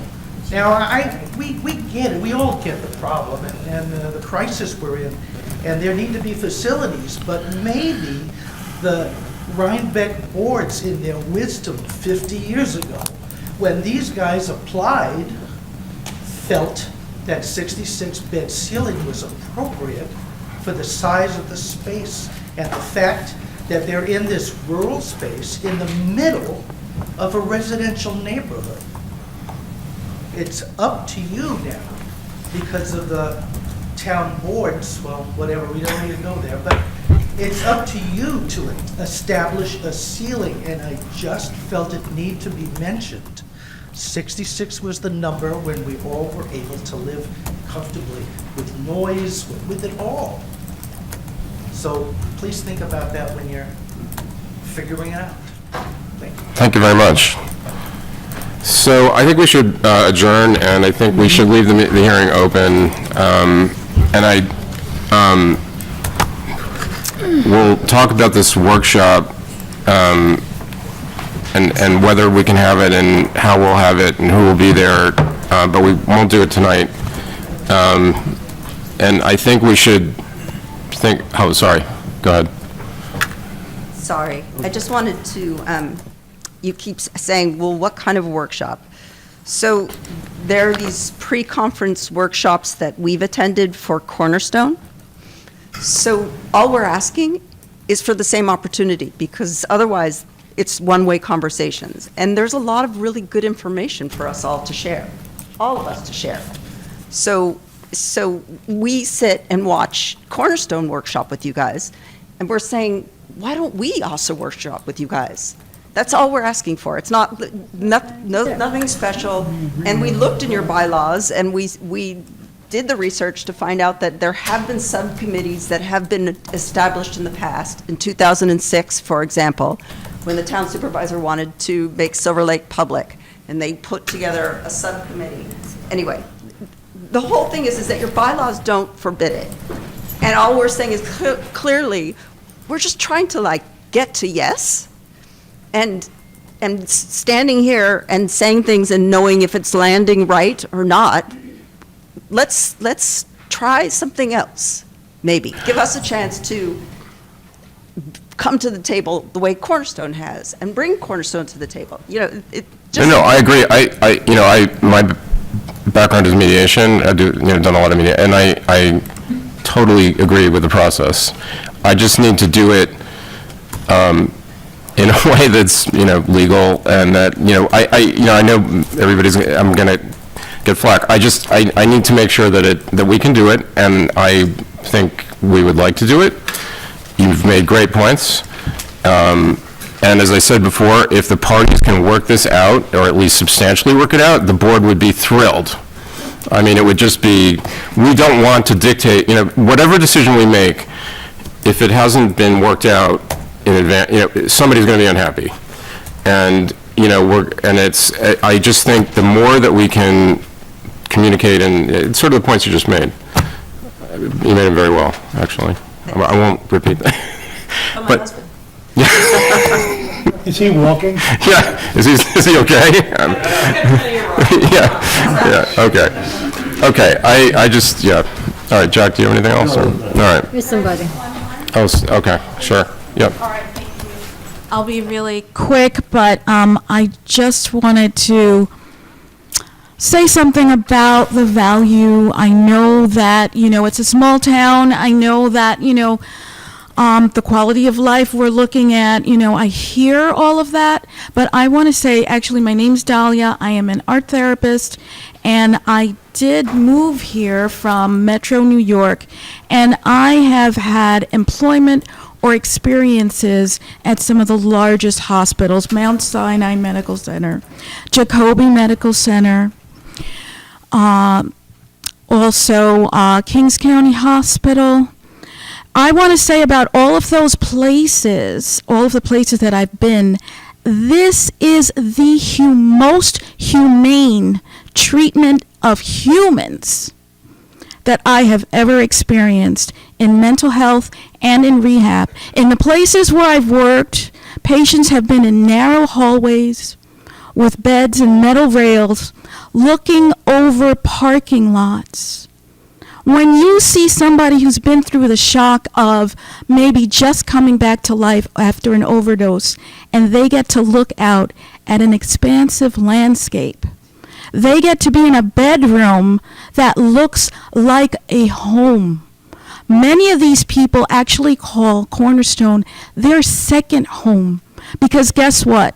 Over 40 years, Cornerstone has actually kept the values. It was bought by a family, and we have values of human acceptance, and that acceptance breaks through stigma. Okay, that acceptance helps people feel like they can heal because they are able to do groups outdoors. I do Tai Chi outdoors, on the land, where the other hospitals that I worked in, do you know how much fresh air they had? 35 minutes, 3 times per week, in rooms where you couldn't open the windows or get any fresh air. How can you heal that way? Now, I just ask you, if this was your daughter, your mother, your brother, would you send them out in the country where they have a variety of mindfulness? They have a staff that actually has traditions just like a regular family. You get to be on the land. You get to actually relax your central nervous system and get connected to who you are? Or would you want them in a cold, sterile, narrow room overlooking the parking lot for someone you loved? So I just want to put out that this is not just any rehab. Being in the country is a very healing and special opportunity. And to take a special opportunity away from people that's a higher level of some of the most renowned hospitals in New York would be a very, very, very sad thing to happen. Thank you. Thank you. Okay. Anything else? Anybody? Liz, did you have any comments, or did you, or Shane? Anybody? Jeff? Right, I think she wants to talk. So, is there somebody else? Did I miss it? Oh, do you do? It was only. You gotta. Yeah. You gotta turn the microphone on. I know that. You want me to talk in there and say who you are? This is Liz Asselson, the town's, the board's planning consultant. We love you leaning over. Okay. Use it. Come on in. Whatever we're gonna do, let's do it. And just introduce yourself. Which one? This one. Okay, so all I wanted to say, there's been a lot of commentary tonight, and I had mentioned earlier the possibility of, once there's some kind of record, I'm sure the applicants folks have been taking notes, that possibly if the applicants' representatives could put together a summary of the comments and some kind of response, just for the board's consideration. That was it. Thank you, gentlemen. I don't know, that was something Jody had said, she wanted the comments, and then she thought that you might want to respond to at least some of them. I don't know if that's something you talked about, or... I'll speak with Jody about it. Okay. Yeah, just say she was supposed to. Okay. Okay. I second the motion. Motion to adjourn? Yeah, I guess everybody's kind of... I'm just curious, if we all agree that we want to have, whatever we're going to call it, workshop, Can you get in the microphone? Because the one on TV don't know what you're talking about. Sorry.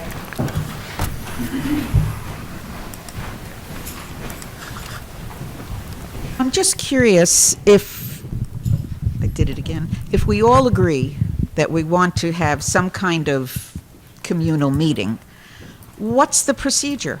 Can we do this before we have the next open forum? I would think we would do it before we have another formal meeting, yeah. So will somebody from the planning board communicate with, you have my information, or you have a lot of our emails. How should we expect to be? That's what we got to figure it out, and it's a good question, valid question. I just, having not proceeded with this format before, we're breaking new ground, so I kind of have to figure it out. I'm not trying to dodge your question. It's a good question. I know where you live, and... You know where to find me. Yeah, we know. We'll have an internal... Maybe an informal discussion. Yeah, and we'll come up with a proposal. But I agree it should be before the next big meeting. Okay. Okay, so shall we adjourn, or? No, just say, you're not going to be on the next one because... Okay, we don't know, we don't have a date. Yeah, we don't have a date for you. All those in favor? Well, does it have to necessarily be on a Tuesday? Yeah, no, it doesn't, it won't be necessarily meeting night, No, or even a no, night. it's not Yeah. gonna be it's gonna be informal. Can we vote on adjourning? Yeah, motion to And I adjourn. second the motion. This is on the adjournment, all in favor? Aye. Thank you very much for coming, everyone. Yeah.